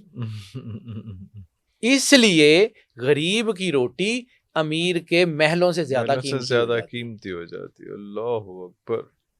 اس وقت چیریٹی کرنا جس وقت آپ کو اس کی خود شدت سے ضرورت ہے، وہ چیریٹی. ٹھیک ہے. اس وقت انفاق کرنا جو ہے نا، ایسے ہی نہیں کہا کہ جو ہے وہ سورہ بقرہ کی پہلی آیات میں کہ جو لوگ انفاق فی سبیل اللہ کرتے ہیں، تو یہ ایسا نہیں ہے کہ آپ کو ضرورت نہیں ہوتی. اپنی ضرورت کو پیچھے رکھ کے مالک کی مخلوق، کس کی وجہ سے؟ مالک کی وجہ سے. مالک کی مخلوق کا دھیان کرنا یہ آپ کے رزق کو کم نہیں کرتا، پھر آپ کے رزق کو بڑھاتا جاتا ہے. یہ ایک کسی کی مشکل میں آپ کام آ جائے. جب اللہ یہ کہتا ہے کہ کسی ایک کی جان بچائی تو انسانیت کی جان بچائی، کسی ایک کو قتل کیا تو انسانیت کو قتل کیا، تو کسی ایک کی مدد کی تو کیا انسانیت کی مدد نہیں؟ اللہ اکبر. بالکل ایسے. تو پھر اللہ اس کا کیا بدلہ دے گا؟ یعنی تم میں سے کون ہے کہ جو اللہ کو قرض حسنہ دے تاکہ اللہ اس کو کئی گنا کر کے تمہیں واپس کر دے. میں نے جس دن آپ سے شاید بات کی تھی یا کہیں اور کی تھی کہ اللہ کو منانا تو انتہائی آسان، ارے واہ، انتہائی آسان ہے. واہ، ساری زندگی اللہ کو خوش کرنے میں لگے رہتے ہیں، اللہ تو خوش ہونے میں ٹائم ہی نہیں لیتا. ہائے ہائے، اللہ جو ہے اس کو سمجھیں وہ کون ہے. یعنی آپ کسی کے، میں نے شروع میں بات کی تھی، جیسے شاید ایک پچھلی بات کی تھی کہ جب آپ کسی کے گھر جاتے ہیں کچھ لے کے جاتے ہیں تو کچھ نہیں ہو تو اس کے بچوں کو کچھ 150 دے دیتے ہیں. باپ یا ماں کو کچھ نہیں دے سکتے تو نکلتے ہوئے بچوں کے ہاتھ میں 150 پکڑا دیتے ہیں. تو اللہ کی مخلوق کو کچھ دے دو یار، کچھ دے دو یار، بس اللہ راضی لگ جائیں گے. اللہ کسی کا احسان لینا پسند نہیں کرتا، کسی کا احسان لینا پسند نہیں کرتا. 1 روپیہ دیں گے 10 کر کے واپس کرے گا، 70 آخرت میں بھی دے گا. ٹھیک ہے، وہ اسے زیادہ بھی کر سکتا ہے. وہ کہتا ہے یرزق من یشاء بغیر حساب، وہ 70 آخرت میں بھی دے گا، اس کو واپس کرے گا. اب جب اللہ آپ کو دے رہا ہے تو اس میں سے دیے میں سے ہی دینا ہے نا، اپنے پاس سے تو آپ نے کچھ نہیں دینا، پاس ہے کیا. ٹھیک ہے، تو اللہ کے دیے میں سے دے دیں. اب اس میں جو ہے اللہ یہ کہتا ہے کہ اس جو ہے نا اس کا احسان نہیں رکھتا، کر کے واپس کرتا ہے. تو پھر اللہ سے اتنی سی محبت کر لیں، اس کو محبت کرنی پڑ جائے گی. اور جب آپ اللہ آپ سے محبت کرے گا، آپ کو اللہ سے دوبارہ محبت ہوگی. It would be a chain cycle, یہ چلتا رہے گا. یہ نہ حشر میں ختم ہوگا، نہ قبر میں ختم ہوگا، نہ کہیں اور ختم ہوگا، یہ چلتا رہے گا. کر لینا، وہ پنجابی کہتے ہیں نا پینگ ایک باری چڑھا لو نا تو پھر وہ چلتی رہے. تو ایک دفعہ چڑھا ہی لینا پینگ کسی سے، اللہ کے ساتھ پینگیں بڑھا ہی لیں، تو پھر ہو ہی جائے گا.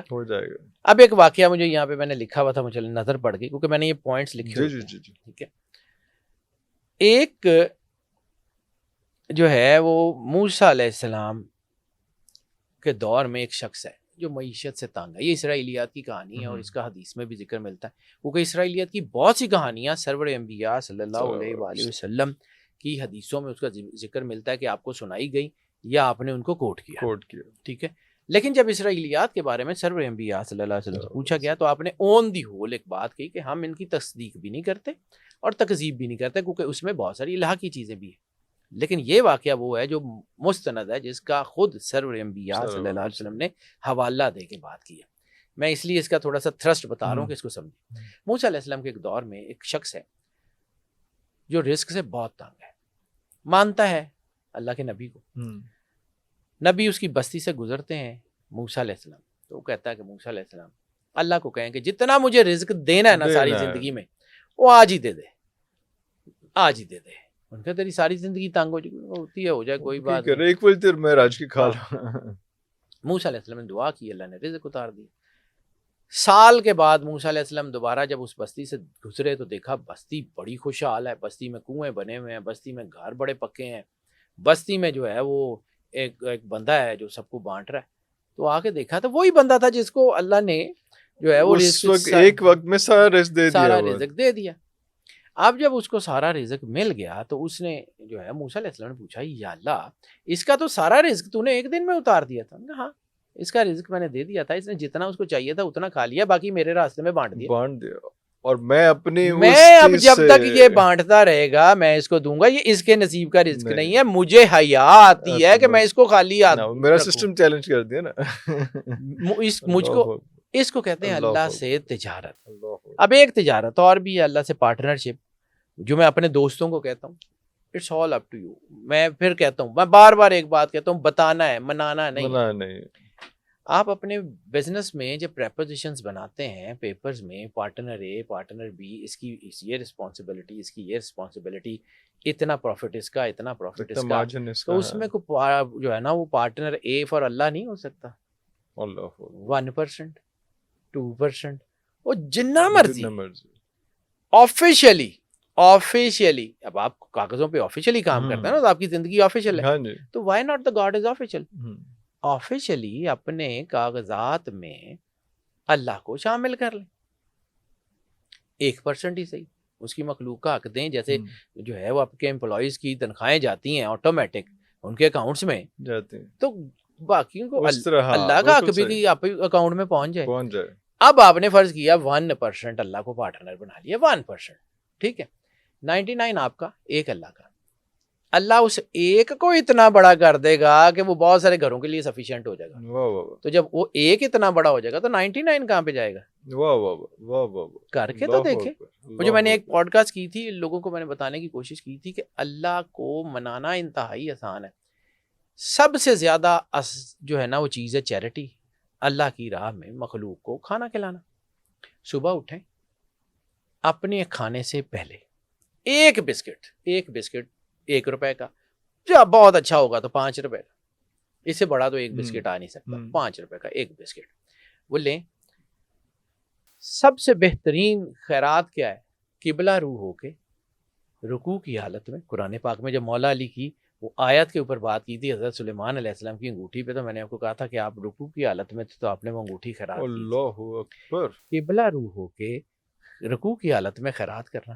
اٹھیں اپنا کھانا کھانے سے پہلے کسی درخت کے نیچے کسی جگہ جہاں پہ وہ چیونٹیاں ہوں, ٹھیک ہے, ایک چیونٹ جو ہے نا 10,000 کم از کم چیونٹیاں ایک بسکٹ کھاتی ہیں. 10,000 چیونٹیاں ایک بسکٹ کھاتی ہیں. سرور انبیاء صلی اللہ علیہ وآلہ وسلم کا فرمان ہے کہ اگر تم نے کسی ایک کو کھانا کھلایا تو اس دن کے رزق کا ذمہ دار میں محمد مصطفیٰ صلی اللہ علیہ وآلہ وسلم. اب سرکار ختمی مرتبت صلی اللہ علیہ وآلہ وسلم کی زبان اطہر سے نکلا ہوا جملہ ہے جو کائنات کی ہر مشیت ہر امر کے اوپر بھاری ہے. سرور انبیاء صلی اللہ علیہ وآلہ وسلم نے فرمایا ایک کو کھانا کھلایا, میں جو ہے نا اس دن کے رزق کا ذمہ دار میں ہوں. اس کی سگنیفیکنس سمجھیے. آپ گئے اپنے ناشتہ کرنے سے پہلے, یعنی اپنی بھوک کو پیچھے رکھ کے, میں یہ آپ کو کہہ رہا تھا کہ اپنی ضرورت میں جو ہے اپنی ضرورت کو پیچھے کر کے جو ہے وہ دوسروں کی ضرورت پوری کرنا. آپ گئے, آپ نے کہیں اس جگہ ایک بسکٹ جو آپ نے خریدا ہوا تھا وہ لیا, کسی درخت کے نیچے صبح مارننگ واک کرتے ہوئے کسی جگہ ایسے ہی رینڈم تھوڑا سا ایسے قبلہ رو ہو کے جھک کے وہ بسکٹ جو ہے وہ عزت کے ساتھ مالک کی مخلوق سمجھ کے اس کم ترین مخلوق کو پیش کر دیا. اب 10,000 چیونٹی نے وہ بسکٹ کھایا, کم و بیش 10,000. تو 10,000 دن کے رزق کا وعدہ سرور انبیاء صلی اللہ علیہ وسلم نے کیا ہوا ہے. اللہ سال کے کتنے دن؟ 365. 10,000 ٹھیک ہے, کتنے دن؟ تقریباً یہ 83 سال 84 سال کا رزق, ایک بسکٹ. اب ساری زندگی آپ یہ روٹین کرتے رہے, صبح اٹھے آپ نے ڈال دیا ایک بسکٹ صرف. اب وہ ایک بسکٹ اتنا بڑا ہے کہ آپ نے 50 سال 100 سال زندگی گزار لی, ابھی بھی آپ کا رزق پینڈنگ ہے. قرآن پاک میں ایک آیت ہے, میں قرآن پاک کی انرجیز کا آدمی, مجھے وہ سمجھ آتی ہیں, وہ بھی اتنی جتنی اللہ توفیق دے. قرآن پاک میں ایک آیت ہے کہ جو لوگ اللہ کے راستے میں مارے جائیں انہیں مردہ مت کہو, وہ زندہ ہیں اور اللہ کے پاس اپنا رزق پا رہے ہیں. یرزقون عند اللہ. اب اگر آپ دوزخ میں چلے جائیں تو یہ رزق تو نہیں ملے گا. اب آپ کا رزق پینڈنگ ہے, آپ دنیا سے چلے گئے, فرشتوں نے جا کے پیش کیا, مالک بندہ تو آ گیا لیکن اس کا اتنا رزق پینڈنگ ہے, اتنا ابھی بھی پینڈنگ چل رہا ہے. اللہ کیا کرے گا؟ احسان رکھتا نہیں ہے, لیتا کسی کا نہیں ہے, بھیجو اس کو جنت میں جتنے سال کا رزق ہے وہاں تو گزارے. اور پھر دوسری حدیث کہ جو ایک بار جنت میں چلا گیا وہ واپس ناٹ کمنگ بیک. سر آپ کو اس کی سگنیفیکینس ہی نہیں سمجھ آ رہی کہ آپ کا اللہ کر کیا رہا ہے, موقع کون کون سے دے رہا ہے. صرف رزق نہیں ہے, صرف رزق نہیں ہے, اس کے ساتھ الائز بہت بڑے ملٹیپل بینیفٹس, مالک کی مخلوق کا احساس. ٹھیک ہے, یہ جو ہے نا یہ ایک انگریزی کی کہاوت ہے which goes in the charity always comes around, کہ جو کچھ بھی چیریٹی میں جاتا ہے نا وہ واپس ضرور آتا ہے. اشفاق احمد صاحب اللہ ان کے اوپر کروڑ کروڑ رحمتیں نازل کرے, ان کی کتاب کا ایک جملہ ہے کہ یہ دھوکہ بڑا جو ہے وہ سمجھدار ہوتا ہے, یہ گھوم کے وہیں واپس آتا ہے جہاں سے دیا گیا ہوتا ہے. تو سر اگر دھوکے میں اتنی طاقت ہے تو یہ چیریٹی میں کوئی طاقت نہیں ہے, وہ بھی گھوم کے وہیں آتی ہے, یہ وہیں آتی ہے. اب آگے اللہ کی پارٹنرشپ جو ہے نا اس کو جتنا آپ کر سکتے ہیں وہ کرتے جائیں. اور بس ایک کام چیریٹی میں اس میں ایک تھوڑا سا میری اس میں ایک دعا ہوتی ہے کہ اللہ تعالیٰ اتنا رزق عطا کرے کہ جب میں اللہ میاں کو پارٹنر بناؤں تو وہ 51% ہو میرا حصہ. سر یہ it's all up to you. جب اللہ کے ساتھ اللہ کو پارٹنر بنانا ہے تو پھر اللہ کی شان کے حساب سے حوصلہ بھی تو ایڈا چاہیے نا. حوصلہ تو پھر لیکن اس میں ملے گا تو 51% ہوئے گا نا. آپ 1 سے شروع کر لیں, آپ 1 سے شروع کر لیں, 1 سے شروع کر کے بھلے 90 تک لیں, 90 تک لے جائیں. جب آپ کا اسپیکٹرم کرے کہ 10% بھی اب میرے لیے بہت ہو, جب آپ کا اسپیکٹرم بڑا ہو جائے نا, تو پھر آپ ریشو ڈفرنٹ ہو جاتی ہے. اللہ اپنا, آپ جب کسی کو پارٹنر بناتے ہیں, آپ 10 چیزیں دیکھتے ہیں نا کہ بھاگے گا نہیں, اس کے اکاؤنٹ میں اتنے پیسے ہیں. سر اللہ نو پارٹنر بنا دیا, تانوں ہے نہیں نظر آندا وہ خزانے اج کی. This what I am seeing کہ اس کے خزانے جیسا مانگے نا, پھر اس کو اپنا بڑا شیئر مانگے, اس کو دینا کہ اللہ تعالیٰ اتنا عطا کرے کہ میں نے وہی عرض کیا کہ غریب کی روٹی مور دین دیٹ. جی جی, وہ 2 روٹیوں میں سے ایک دی تو 50% تو دے دی نا. This what I am seeing. ہاں, it's all up to you. آپ کی زندگی میں اللہ کی پلیسنگ, اللہ کی پلیسنگ کا ایک واقعہ مجھے یاد آ گیا. یہ بات لمبی ہوتی جا رہی ہے, لیکن حضور نظام الدین اولیاء رحمت اللہ علیہ, ان کے پاس ایک بندہ آیا کہ اس نے کہا کہ جی میں نظام الدین اولیاء آپ کے پاس اتنے دن سے بیٹھا ہوں, میں آپ کو دیکھنے آیا تھا. عالم تھا بہت بڑا, ایک بہت بڑے مدرسے کا عالم تھا. تو اس نے کہا کہ میں آپ کو بڑے لمبے عرصے سے دیکھ رہا ہوں, مجھے آپ کی طرف سے کوئی کرامت نظر نہیں آئی. ارے میں جا رہا ہوں. انہوں نے کہا ٹھیک ہے, بسم اللہ, تم آئے تھے تو چلے جاؤ. اس نے کہا کہ جی ٹھیک ہے, میں آپ کو مطلب بہت زیادہ مجھے نہیں سمجھا, لیکن میں چونکہ آپ کو ایک عالم دین کی حیثیت سے بھی جانتا ہوں, تو ایک مجھے نصیحت کیجیے. یہ حضور نظام الدین اولیاء کے ملفوظات میں یہ واقعہ بڑا خوبصورت طریقے سے لکھا ہوا. آپ نے ان سے کہا کہ اگر اللہ کو اپنے جیسا نہیں سمجھ سکتے تو اللہ کو اپنے سے کمتر بھی نہ سمجھیں. اس نے جب یہ جملہ سنا تو فینڈ ہو گیا. انہوں نے کہا اللہ ہے, آپ کہہ رہے ہیں کہ اپنے جیسا اور پھر اپنے سے کمتر, یہ کیسے ہو سکتا ہے؟ کیا لینگویج ہے؟ انہوں نے کہا میں نے جو بتانا تھا میں نے کہہ دیا ہے, تمہاری مرضی. ٹھیک ہے, تم ایسے کرو, ابھی تو راستہ ہے خطرناک, تم نے جانا ہے جس طرف, وہاں پہ جنگل میں سے راستہ گزرتا ہے, وہاں جادو جو ہے نا وہ جانور بھی ہوتے ہیں اور ڈاکو بھی ہوتے ہیں. صبح چلے جانا, صبح فجر کے بعد تم چلے جانا, بسم اللہ. تو میں یہ کسی خادم کو کہہ دیتا ہوں, وہ تمہیں جو ہے وہ چھوڑ آئے گا جہاں تک تم نے جانا ہے وہاں تک, پھر اس کے بعد یہ واپس آ جائے گا. اس کے بعد تم اپنے راستے, ہم اپنے راستے.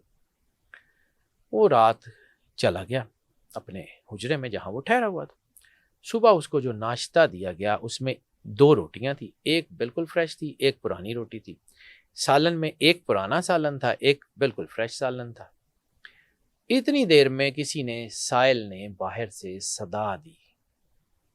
اس نے جو پرانی روٹی اور پرانا سالن تھا وہ اٹھا کے سائل کو دے دیا اور اپنا سالن کھا لیا. اب اجازت کے لیے نماز فجر کے بعد نظام الدین اولیاء کے پاس آیا, تو نظام الدین اولیاء نے کہا کہ تجھے میں نے کہا تھا اللہ کو اگر اپنے جیسا نہیں سمجھ سکتا تو اپنے سے کمتر بھی مت سمجھنا. اس نے کہا جی اس کا کیا, اس نے کہا اس کا کیا مطلب؟ انہوں نے کہا تجھے جو 2 روٹیاں دی گئی تھیں, سائل نے اللہ کے نام سے مانگا تھا, اور تو نے اگر اللہ کو اپنے سے بہتر سمجھا ہوتا تو اپنے سے بہتر چیز سائل کو دیتا, اور اگر اپنے جیسا سمجھا ہوتا تو چلو آدھی روٹی تازی, آدھی باسی, آدھا سالن دے دیتا, چل اللہ کے راستے میں بیلنس کر دیتا. تو نے تو یہ نہیں کیا, تو نے اپنے سے کمتر سمجھا. اللہ کے نام پہ تو نے اپنی کمتر چیز دی اور اصلی چیز اپنے پاس رکھ لی. وہ بلے شاہ کہتا ہے نا, وہ ایک بڑا کمال کا مصرع مجھے یاد آ گیا بات کرتے کرتے, سوئی سلائی دان کرن تے آہرن لین چھپا. وہ سوئی سلائی کا تو دان کر دیتے ہیں, وہ جو آہرن ہوتا ہے وہ جس کے اوپر لوہا کوٹا جاتا ہے, وہ اتنا بڑا لوہے کا ٹکڑا وہ غائب کر لیتے ہیں. ہاں, منیمل چیز ہے وہ دے دیتے ہیں اس میں, خوش ہو جاتے ہیں. وہ جو ہے نا کہ اللہ کو نہ کہ یہ بات ہے. اس کے بعد جب جو ہے نا عالم صاحب کو جب یہ آواز سنائی دی تو وہ پیروں میں گر گیا. اس نے کہا حضرت میں تو معجزے کی تلاش میں تھا, معجزہ تو کردار کا معجزہ. واہ واہ واہ واہ, یہ کردار کا معجزہ تو مجھے کہیں نہیں ملا. اور پھر وہ آپ کی خدمت میں بڑے سال رہے اور پھر وہ آپ کے خلفاء میں شامل ہوئے. ایک لمبی کہانی ہے حضور نظام الدین اولیاء. تو اللہ کو نظام الدین اولیاء رحمۃ اللہ علیہ نے فرمایا تھا کہ اگر اپنے جیسا نہیں سمجھ سکتے تو اپنے سے کمتر بھی نہ سمجھ. اللہ کے راستے میں ہم نے یہ وتیرہ یہ بنا ہوا ہے کہ پاٹے کپڑے جڑے اسی نہیں لیفٹ اوورز, تو پھر اللہ بھی ویسے ہی ہمیں بھی لیفٹ اوور میں ہی رکھتا ہے نا. چیریٹی کیا ہے اس کو سمجھیے, بس اتنا ہی. واللہ ذو الفضل العظیم ہے تو کر سکتا ہے. اب آ جاتے ہیں تیسری چیز, آپ کو یہ پتا ہونا چاہیے کہ آپ نے رزق کمانا کب ہے اور چھوڑنا کب ہے. آپ نے رزق کمانا کب ہے, میں قرآن پاک سے پڑھ رہا ہوں, مجھے وہی آتا ہے. آپ نے کب رزق کو کمانا ہے اور کب کمانا چھوڑ دینا. یوم سبت یہودیوں کو کہا تھا کہ سبت والے دن شکار نہیں کرنا. اور قرآن پاک میں سورہ جمعہ کہ اے ایمان والو جب جمعے کے دن اذان دی جائے نماز کے لیے تو نماز کی طرف جاؤ، وزر البیع تجارت کو چھوڑ دو. اور جب نماز پڑھ چکو تو دنیا میں پھرو اور اللہ کا فضل تلاش کرو. اب دو چیزیں، ایک فضل کیا ہے اور دوسرا آپ کو پتا ہونا چاہیے کہ کب دولت کے پیچھے بھاگنا ہے اور کب اسے چھوڑ دینا ہے. یہ اس آیت کو پڑھیے، اس آیت کو سمجھیے. قرآن پاک میں یہ کانسیپٹ دیا گیا ہے کہ آپ نے رزق کے لیے کوشش کب کرنی، کب چھوڑ دینی ہے. تجارت کریں لیکن کب، یہ سمجھنا. اور سب سے پہلے جو چیز ہے کہ اللہ کا فضل. تو فضل کے ضمن میں ایک آیت ہے، بلکہ ایک حدیث ہے سرور انبیاء صلی اللہ علیہ وآلہ وسلم بادشاہ کنین کی. اگر تمہیں اس بات کا یقین ہو جائے، میں یقین اس لیے تھرسٹ سے کہہ رہا ہوں کہ حدیث میں اس کا ترجمہ ایسے ہی. اگر تمہیں اس بات کا یقین ہو جائے کہ اللہ تمہارے ساتھ ہے تو اس بات سے بے خبر ہو جاؤ کہ کون کون تمہارے مخالف ہیں، کون تمہارے ساتھ نہیں ہے. حالات مخالف ہیں، معیشت مخالف ہے، کچھ بھی ہے، اگر اللہ ساتھ ہے پرواہ کس چیز کی. ہمارے ہاں یہ پرواہ کا رول ہے. ہمارے ہاں جب یہ حکم ہوتا ہے کہ جی یہ کاروبار اس وقت نہیں کرنا، اس وقت وہ مالکوں کا کوئی کام کر لیتے ہیں، تو ہمارا ذہن اس وقت بھی ادھر لگا ہوتا ہے. وہ جو بلے شاہ نے کہا تھا تیرا دل کھڈاوے منڈے کڑیاں کیتی رب نال 410. جب نماز پڑھنی ہے تو پھر نماز پڑھنی ہے، پھر اس میں کاروبار نہیں آنا. پھر کاروبار کرنا ہے تو کاروبار اوکے، لیکن کاروبار میں بھی وہ طریقہ جو اللہ نے بتایا، اس سے باہر نہیں جانا. پھر آپ کو رزق ملنا شروع ہو جائے. اصل کہانی یہ ہے کہ جب آپ جو ہے نا وہ چیزیں ہیں، اب دیکھیں نا بنی اسرائیل کو اللہ نے کہا کہ یہ شہر ہے، جاؤ جا کے حملہ کرو. تو انہوں نے کیا کہا، یا موسیٰ آپ اور آپ کا اللہ جا کے لڑ لے، جب جیت جائیں گے ہمیں بلا لیں. تو ہم بھی تو تقریباً کہتے نہیں ہیں لیکن کرتے تو یہی کر رہے ہیں کہ یا اللہ سانو اے دس کے کسی کی کریے. وہ تو بھائی میں لوگوں سے ایک بات کرتا ہوں، میں ایسا ہی عام سا آدمی ہوں، لیکن میں ان کو کہتا ہوں کہ اللہ نے نا کوئی جگہ دسی دی ہوندی ہے کہ یا اللہ اے ایسی چیز شروع کیتی ہے، اے دی برکت پا دے. اب اللہ آپ کے لیے جا کے تو آپشنز نہیں ڈھونڈے گا، مسبب الاسباب ہے، اس نے اسباب دے دیے. وہ مسبب الاسباب ہے، اس نے اسباب دے دیے، یوٹیلائز آپ نے کرنا. بالکل صحیح. جب تقدیر معلق کی میں بات کر رہا تھا تو ایک جملہ میں نے کہا تھا کہ معلق یہ ہے کہ آپ کی چھت کے اوپر کوئی چیز آپ کو ملنی ہے، وہ اتار دی گئی ہے، اب آپ نے سیڑھیاں چڑھ کے جانا ہے، اٹھا لیں. آپ وہ بھی نہیں کر رہے کہ جی اللہ میاں سانو تھلے آ کے دے. وہ کہتا ٹھیک ہے یار میں کندھا ٹپ کے تو نہیں آنا. واہ واہ واہ، بالکل ٹھیک. اپنی زندگی میں اللہ کی پلیسنگ ٹھیک کر لیں اور آپ کو یہ پتا ہو کہ آپ نے کب کیا کام کرنا ہے، رزق آنا شروع ہو جائے گا. وزر البیع کو سمجھیے، بس ایک جملہ ہے قرآن پاک کا، تجارت کو چھوڑ دو. کب چھوڑ دو؟ جب اذان دی جائے، جب نماز کے لیے جاؤ تو پھر اللہ ہی کے لیے. اللہ اکبر. پھر اتنے نہیں، پھر یکسوئی کے ساتھ اللہ کے ساتھ جڑو. تو پھر جو ہے یہ ایک چیز اور ہے، وجود الہی کو آپ سمجھیں، یہ جو وجود انسانی کو سمجھیں. وجود انسانی وہ ایک ایسی کھیتی ہے احسن تقویم کی وجہ سے کہ جہاں پہ صفات الہی کاشت ہوتی ہیں. واہ واہ واہ واہ واہ. رحمانیت انسان کے اندر آتی ہے اللہ کی.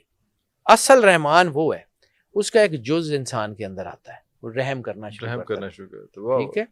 سلامتی اس کا وصف ہے، حقیقتاً اس کی وجہ سے انسان کے اندر آتی ہے جو لوگوں کے لیے عافیت کا باعث بنتا ہے. تخلیق اس کا وصف ہے، ماں کے اندر وہ اتارا ہے، ماں اس کی تخلیق کا باعث بنتی ہے اس کی وجہ سے. یعنی وجود انسانی وہ ایک نرسری ہے جہاں پہ صفات الہیہ ان 99 ناموں کی کھیتی ہوتی ہے. اللہ نہیں، یہ 99 نام اللہ کے سینکڑوں ہزاروں نام ہیں، لیکن یہ 99 کیوں کہ یہ 99 کے 99 وہ ہیں کہ جن کا امپیکٹ احسن تقویم کی وجہ سے آپ کی ذات پہ ہو سکتا ہے. اللہ اکبر. کلی وہ ہے جزوی اسی کی نظر سے. یعنی دیکھیں سورج کی روشنی کی وجہ سے چاند روشن ہے نا, سورج کی وجہ سے چاند ریفلیکٹ کرتا ہے نا, لیکن چاند آئیڈینٹیکل بن جاتا ہے, چاند کی روشنی جو ہے وہ کرتی ہے, پیچھے وہی ہے نا. تو اللہ ہی کا نور ہے نا جو ہمیں روشن کرتا ہے, پیچھے تو وہ ہے, وہ خود ہے اللہ. اس کی سگنیفیکینس کو سمجھیے اور آگے بڑھیے, راستہ ضرور ملے گا. قرآن پاک کی سینیمیٹوگرافی پہ میں نے کسی دور میں when I was studying, ایک گریجویشن کے بعد کی بات ہے شاید, ایک آرٹیکل لکھا تھا, لکھوایا بھی اللہ نے تھا, لکھوایا بھی اللہ نے, میری اوقات حیثیت کوئی نہیں, سینیمیٹوگرافی آف قرآن پاک. تو اللہ نے اتنی عزت دی کہ that was declared best article of the decade 2010, long time back, 15 سال پہلے کی بات کروں. اس وقت یہ جو تھا یہ آرٹیکل, اس وقت بیسٹ آف دی ڈیکیڈ, صرف سینیمیٹوگرافی. میں نے اس کو قرآن پاک کے جو سینز تھے نا, کہ اللہ سینز کیسے کریٹ کرتا ہے, اور اگر آپ اس کو ویژولائز کریں تو آپ کو لگتا ہے کہ یہ سامنے ہو رہا ہے. اللہ اکبر. ان لوگوں کی مثال ایسے ہے کہ گھپ اندھیرا ہے اور آسمان سے بجلی کڑکتی ہے, اور جب بجلی کڑکتی ہے تو اس کی آواز ان کی سماعت کو لیے جاتی ہے, اور اس کڑکے کے اندر یہ ڈرتے ہوئے چند قدم آگے بڑھتے ہیں اور پھر چھوڑ دیے جاتے ہیں اندھیرے میں بھٹکنے کے لیے. سر سین چیک کریں, سورہ بقرہ. یہ سینیمیٹوگرافی, یہ عام انسان کے, آپ میڈیا کے آدمی, پورا سٹوری بورڈ ہے, آپ کو اس کا آئیڈیا ہوگا کہ قرآن پاک سین کیسے ڈپیکٹ کرتا ہے. اسی سین کو مد نظر رکھتے ہوئے وزر البیع کو سمجھیے, آپ کو سمجھ آ جائے گی رزق کیسے کمانا ہے اور کیسے چھوڑنا ہے. واہ واہ واہ. چوتھی چیز جو ہے وہ دیٹ از دی توکل. جہاں پہ میں نے بالکل شروع میں بھی بات کی کہ اللہ ذو الفضل العظیم, اللہ دو فضل والا, بڑے فضل والا اور عظیم ہے. ٹھیک ہے, ذو الفضل العظیم دو بھی ہوتے ہیں, ڈبل بھی میننگ میں آتا ہے اور ملٹیپل کے میننگ میں بھی آتا ہے. ٹھیک ہے, یہ جو ہے نا یہ اصل چیز ہے, اللہ کی جزوی صفات سے مزین ہونا. تو اللہ کی جو ہے وہ ایک صفت ہے احساس کے ضمن میں کہ آپ کو اللہ پہ توکل کتنا ہے. واہ واہ. توکل کیا ہے اللہ کے اوپر کہ کیسے ہوتا ہے. میں کہانیاں سنانے والا آدمی ہوں, میں اسٹوری ٹیلر, میں کوئی عالم نہیں ہوں, میں کوئی مفتی نہیں ہوں, مجھے اللہ نے جہاں رکھا ہوا ہے میں اس پہ ہیپی ہوں. ایک کہانی سناتا ہوں اسرائیلیات کی, موسیٰ علیہ السلام کے دور کی. اس سے اچھی ایگزامپل مجھے تو اپنے جتنا میں نے پڑھا اس میں نہیں مل پائی جی, بالکل نہیں مل پائی. بڑی بڑی کتابوں میں نہیں ہے, اسرائیلیات میں. موسیٰ علیہ السلام کے دور میں دو بھائی ہیں, دونوں مچھیرے ہیں, ایک ہی جگہ رہتے ہیں, ایک ہی گھر میں, ایک ہی محلے میں رہتے ہیں, علیحدہ علیحدہ گھر ہیں لیکن ایک محلے میں رہتے ہیں, اور دونوں موسیٰ علیہ السلام کے صحابی ہیں. ایک جگہ پہ دونوں جال ڈالتے ہیں, ایک کے جال میں 3-4 سے زیادہ مچھلیاں نہیں پھنستی, اور ایک کے جال میں جب بھی جال باہر آتا ہے تو ایک مچھلی کی بھی جگہ نہیں ہوتی, پورا فل بھرا ہوتا ہے. وہ جو بھائی ہے جس کے جال میں 3-4 مچھلیاں پھنستی ہیں, وہ بڑا عبادت گزار ہے موسیٰ علیہ السلام کے ارد گرد, اور وہ ارد گرد پھرتا ہے اور ہر وقت موسیٰ علیہ السلام کے ساتھ ہے. اور جو بھائی جس کو اتنا رزق ملتا ہے وہ کبھی کبھی موسیٰ علیہ السلام کے پاس آتا ہے, کبھی کبھی گستاخ نہیں ہے لیکن صحابی ہے, لیکن وہ اس طرح کا عبادت گزار بھی نہیں ہے. اب یہاں پہ نا ایک ایمبیگوٹی ہوگی کہ جی وہ عبادت گزار کو, اور یہ میں تھوڑا سا اس کو ایکسپلین کر دوں کہ اس کہانی کو پوری سنیے گا اور پھر آپ کو سمجھ آئے گی کہ آپ اس کے کنکلوژن کیا ہے. کیونکہ پہلے کنکلوڈ کر لیں گے نا, اب نیک آدمی کو رزق نہیں مل رہا اور گناہ گار آدمی کو رزق مل رہا ہے, گناہ گار ہے. اب وہ جو اس کا بھائی ہے نا جو بہت عبادت گزار ہے, وہ اپنے آپ کو بڑا عبادت گزار کلیم بھی کرتا ہے. وہ کہتا ہے کہ موسیٰ علیہ السلام آپ کے پاس میں اتنی دیر ہو گئی آتا ہوں, اللہ رزق ہی نہیں دے رہا, اللہ پتہ نہیں ہمیں کیا چاہتا ہے. اللہ جو ہے وہ ہم اتنی عبادت بھی کرتے ہیں, آپ کے ارد گرد بھی پھرتے ہیں, آپ کی باتیں بھی مانتے ہیں, رزق پھر نہیں آ رہا. موسیٰ علیہ السلام کو وہ بار بار یہ باتیں کہتا ہے. ایک دن اس نے موسیٰ علیہ السلام کو زج کر دیا. موسیٰ علیہ السلام کو کہتا ہے کہ موسیٰ علیہ السلام اللہ کے پاس جب جائیں گے نا کوہ طور پہ, اللہ سے پوچھے گا کہ وجہ کیا ہے, وہ تو گناہ گار آدمی ہے, وہ تو آپ کے پاس آتا بھی نہیں ہے, وہ آپ کو جو ہے نا وہ اتنا مانتا بھی نہیں ہے, میں اتنا مانتا ہوں, میں اتنی پڑھائیاں کرتا ہوں, میں اتنی دفعہ آپ کے پاس آتا ہوں, میرا رزق میرا جال خالی. وہ تو ایکو جگہ تھے, ایک جگہ پہ جال ڈالتے, ایک جگہ سے ایک ہی مطلب خاندان ہے, ایک ہی طرح ایک جگہ پہ جال ڈالتے ہیں, ایک میں پھنستی ہیں مچھلیاں, ایک پہ نہیں پھنستی. کیوں نہیں پھنستی, پوچھئے گا اللہ سے. موسیٰ علیہ السلام نے کہا اچھا چل میں جاؤں گا, پوچھ لوں گا. موسیٰ علیہ السلام کوہ طور پہ گئے, انہوں نے کہا یا اللہ تو عالم الغیب ہے, تو پتہ تو ہے کہ میں وہ بندہ, میری بس سب بہت اس نے مجھے تنگ کر میں کی کہہ رہا ہوں, میں مجھے جواب تو دے دیں کہ میں اس کو کیا کہوں. اللہ نے کہا موسیٰ اس کا جواب ضرور دوں گا, لیکن پہلے میرا ایک کام کرو. موسیٰ علیہ السلام نے کہا ٹھیک ہے. موسیٰ علیہ السلام اللہ کے بڑے لاڈلے نبی ہیں, انہوں نے کہا بسم اللہ, ضرور. انہوں نے کہا اب جب نیچے جاؤ گے نا تو ان کو کہنا کہ میں جب کوہ طور سے نیچے آ رہا تھا تو میں نے دیکھا کہ سوئی کے نکے سے اونٹ گزر رہا ہے. بائبل کی ایک ورس ہے, he who the god who can pass the camel through the needle's hole, یہ اسی واقعے کی طرف اشارہ ہے.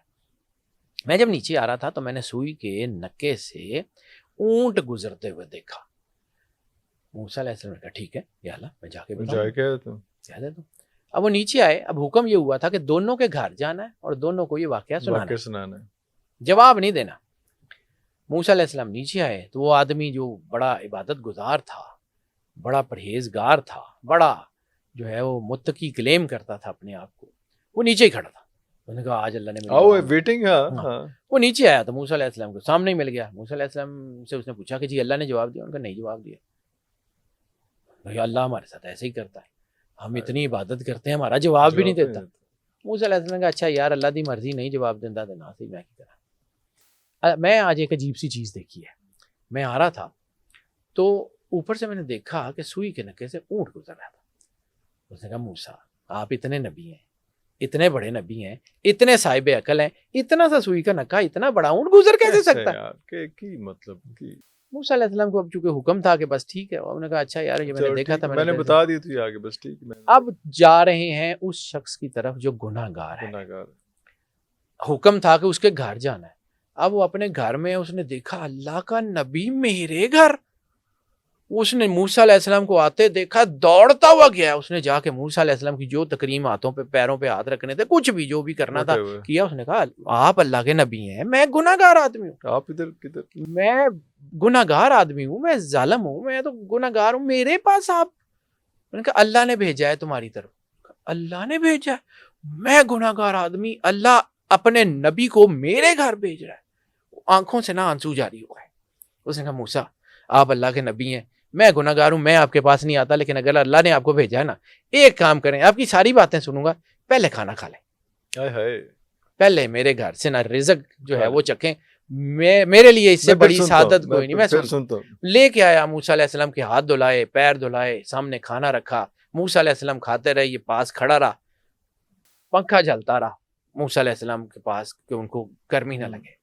جب یہ سارا کچھ اس نے کر لیا تو پھر موسیٰ علیہ السلام نے کہا کہ میں آج بڑی عجیب چیز دیکھی کہ میں کوہ طور سے نیچے آ رہا تھا تو میں نے دیکھا کہ سوئی کے نکے سے اونٹ گزر رہا ہے. تو اس نے مسکرا کے کہا, اس نے کہا موسیٰ آپ نبی ہیں, آپ نے دیکھا نا, حقیقت ہوگی, آپ نے دیکھا نا, حقیقت ہوگی. اور ویسے بھی اللہ اتنی وسعت کا مالک ہے کہ وہ سوئی کے نکے سے کائنات گزارتے ہیں, اونٹ تو چیز ہی کوئی. اونٹ کا کیا. جیسے ہی اس نے یہ بات کی تو جبرائیل تشریف لے آئے. انہوں نے کہا موسیٰ اب پتہ لگا اس کو رزق زیادہ کیوں دیتے ہیں اور اس کو رزق کم کیوں دیتے ہیں. وہ عبادت کا صلہ مانگتا ہے, جتنی کرتا ہے دے دیتے ہیں. یہ میرے پہ توکل کر کے جال ڈالتا ہے, مجھے شرم آتی ہے کہ میں اس کا جال خالی بھیج دوں. اللہ اکبر, اللہ, یہ توکل ہے, یہ توکل ہے. میں نے اس سے اچھی کہانی کو, اس سے اچھی مثال لوگوں کو سمجھانے کے لیے جو ہے وہ نہیں ہو سکتی. یہ دونوں بھائیوں کا واقعہ توکل. جب آپ اپنی عبادت کا صلہ مانگتے ہیں تو جتنی عبادت کرتے ہیں مل جاتا ہے. ہم اتنی پڑھائی کرتے ہیں اللہ ہمیں دیتا نہیں, تو بھائی جتنی کرتے ہو دے دیتا ہے, جتنی اس میں سے صحیح نکلتی ہے کیلکولیٹ. اللہ کسی کا احسان نہیں رکھتا. اگر حساب ہی کرنا ہے تو پھر حساب میں اتنا ہی ہے بھائی. پھر ایک حدیث ہے, اس کو سمجھیے گا. یہ میں نے کہا تھا کہ آخر میں آپ کو بتاتا ہوں کہ گناہ گار کو رزق کیوں ملتا ہے اور عبادت گزار کو کیوں نہیں ملتا. سرور انبیاء صلی اللہ علیہ وآلہ وسلم کی حدیث ہے. کہ غرور کی بہت سی قسمیں ہیں، سب سے بڑا غرور تقوی کا. جب انسان کو یہ لگتا ہے، جب انسان کو یہ لگتا ہے نا میں نیک، میں پاک، میں حاجی، میں نمازی، میں عبادت گزار، باقی سارے گناہ گار، وہ غرق ہو جاتا ہے. رزق جب بھی مانگیں عبادت کا صلہ نہیں مانگیں، رزق آنا شروع ہو جائے گا. توکل علی اللہ. یہ اللہ مسبب الاسباب ہے، اسباب کریں. اگر آپ اس کے اوپر بھروسہ کریں گے تو وہ آپ کے گناہوں کو معاف کر دے گا. ایک سورہ طلاق کی ایک آیت ہے، یہ میں نے لکھ کے رکھی ہوئی ہے. اور جو اللہ اور آخرت پہ ایمان رکھتا ہے اور جو اللہ سے ڈرتے ہوئے اپنے گھر سے نکلتا ہے، یعنی اس آیت کا ترجمہ یہ بنتا ہے کہ جو اللہ سے ڈرتے ہوئے اپنے گھر سے نکلتا ہے، اللہ اس کا راستہ آسان بنا دے گا اور اسے وہاں سے روزی دے گا جہاں سے اس کا گمان بھی نہیں ہوگا. اور جو اللہ پہ بھروسہ کرے گا تو اللہ اس کے لیے بہت کافی ہے.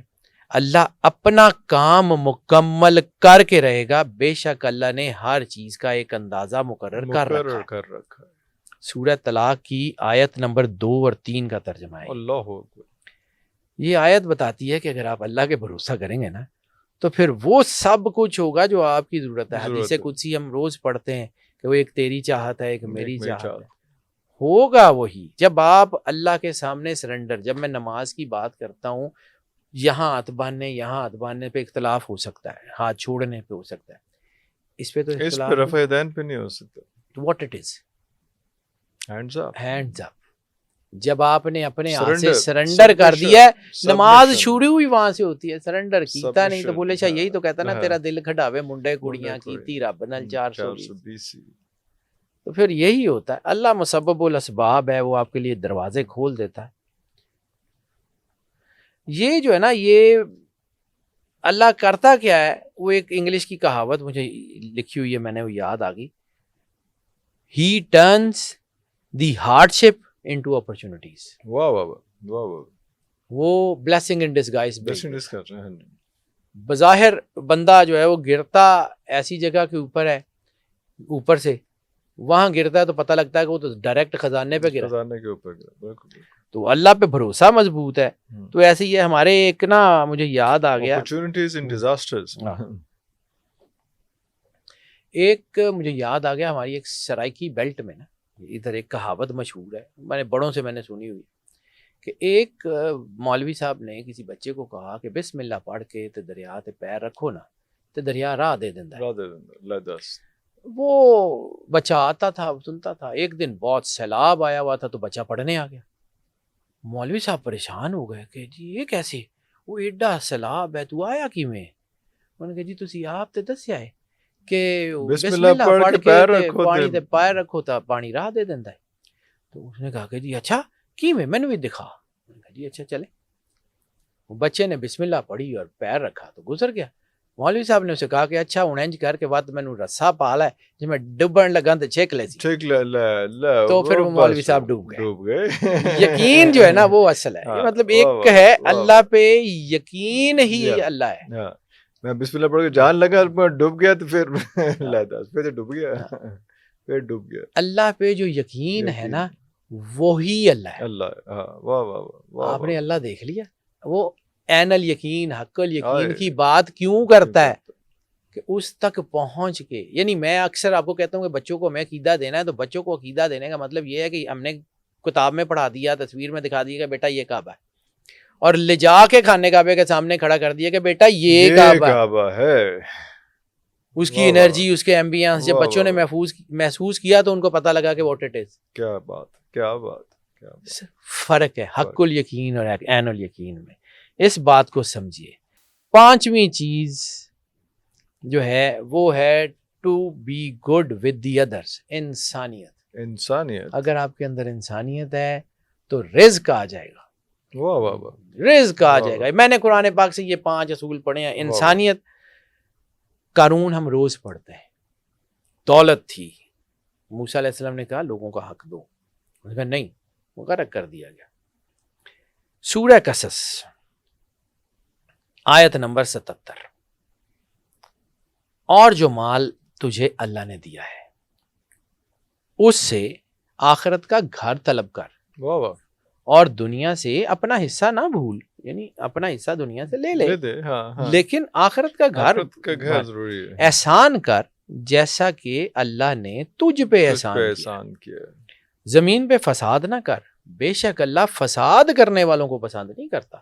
یعنی جب آپ کے پاس دولت آ گئی تو پھر آپ دولت کے نشے میں غریبوں کے اوپر گاڑیاں چڑھا رہے ہیں، پھر آپ کے پاس دولت آ گئی تو آپ اپنی گاڑی سے لوگوں کو سمجھتے ہیں، پھر آپ کے پاس دولت آ گئی تو آپ کے نوکر وہ بیٹھے ہوئے نکر میں بھوکے پیاسے اور آپ کے بچے جو ہیں وہ رزق کو ضائع کر رہے ہیں۔ انسانیت نہیں تو وہ اڑا دیا جائے گا، تباہ برباد کر دیا جائے گا۔ یہ رزق اللہ نے صرف رزق کمانے کا نہیں دیا، رزق بچانے کا طریقہ استعمال کر، ٹھیک ہے۔ اور دولت تو ان کے پاس بھی تھی، اب دولت کا استعمال، دولت اٹ سیلف بری نہیں ہے، حالانکہ سرور انبیاء صلی اللہ علیہ وآلہ وسلم کا جو آخری خطبہ ہے حجۃ الوداع کا، آخری حج کا جو خطبہ ہے، سرور انبیاء صلی اللہ علیہ وآلہ وسلم نے 3 مرتبہ صحابہ کرام سے ایک سوال کیا، مختلف الفاظ میں ایک ہی سوال دہرایا، کیا میں نے دین پہنچانے کا حق ادا کر دیا؟ صحابہ کرام نے کہا یا رسول اللہ بے شک کر دیا۔ کیا میں نے دین کھول کھول کے بیان کر دیا؟ یا رسول اللہ بے شک آپ نے دین کھول کھول کے بیان کر دیا۔ کیا میں نے دین پہنچانے میں کوئی کمی تو نہیں رکھی؟ تو صحابہ کرام نے کہا یا رسول اللہ بے شک کوئی کمی نہیں رکھی۔ اس کے بعد سرکار ختمی مرتبت بادشاہ کونین نے فرمایا مجھے تم سے اس بات کا کوئی ڈر نہیں ہے کہ میرے بعد تم شرک کا شکار ہو جاؤ گے، مجھے تم سے صرف اس بات کا ڈر ہے کہ تمہارا قبلہ مال ہوگا، تمہارا قبلہ مال ہوگا۔ یہ مال ضروری بھی ہے، اور مال جو ہے وہ بڑا ایک تلوار کی دھار ہے، اس کے اوپر آزمائش بھی ہے، یہ وہی تلوار ہے جس کی ایک دھار اپنی گردن کی دو دھاری تلوار، ٹھیک ہے۔ اب اس کو سمجھیے، اگر آپ کے پاس جو ہے وہ مال ہے اور آپ لوگوں کی خدمت کرتے ہیں تو آپ کے بچے میں بھی اس میں بھی، لیکن آپ نے فرض کیا جیسے میں نے کہا تھا کہ پارٹنرشپ 1% سے، اپنے پورے مال کے 1% سے آپ مالک کی مخلوق کا بھلا کر دیتے ہیں تو اللہ اس 1% کو اتنا بڑا کر دے گا کہ وہ 99 آپ کے سے بہت زیادہ سپر نکل جائے گا، وہ سپر سفیشینٹ ہو جائے گا۔ اللہ آپ کے بچوں کی ضروریات پوری ہو جائے۔ اللہ کہتا ہے نا کہ دنیا سے اپنا حصہ نہ بھول، وہ نہ بھول، ٹھیک ہے، اپنے بچے کلکم رائع و کلکم مسئول والی حدیث کا کیا مطلب ہے کہ اللہ نے جو تمہیں ریت دی ہے اس کا سوال کیا جائے گا۔ آپ کی ریت آپ کے بچے ہیں، بالکل آپ کا خاندان ہے، آپ کے بیوی بچے ہیں جن کو آپ نے اپنے گھر میں لائے ہیں۔ میں نے ایک دن عرض کی تھی کہ دیکھیں ہماری زندگی میں سب سے اہم چیز کیا ہے؟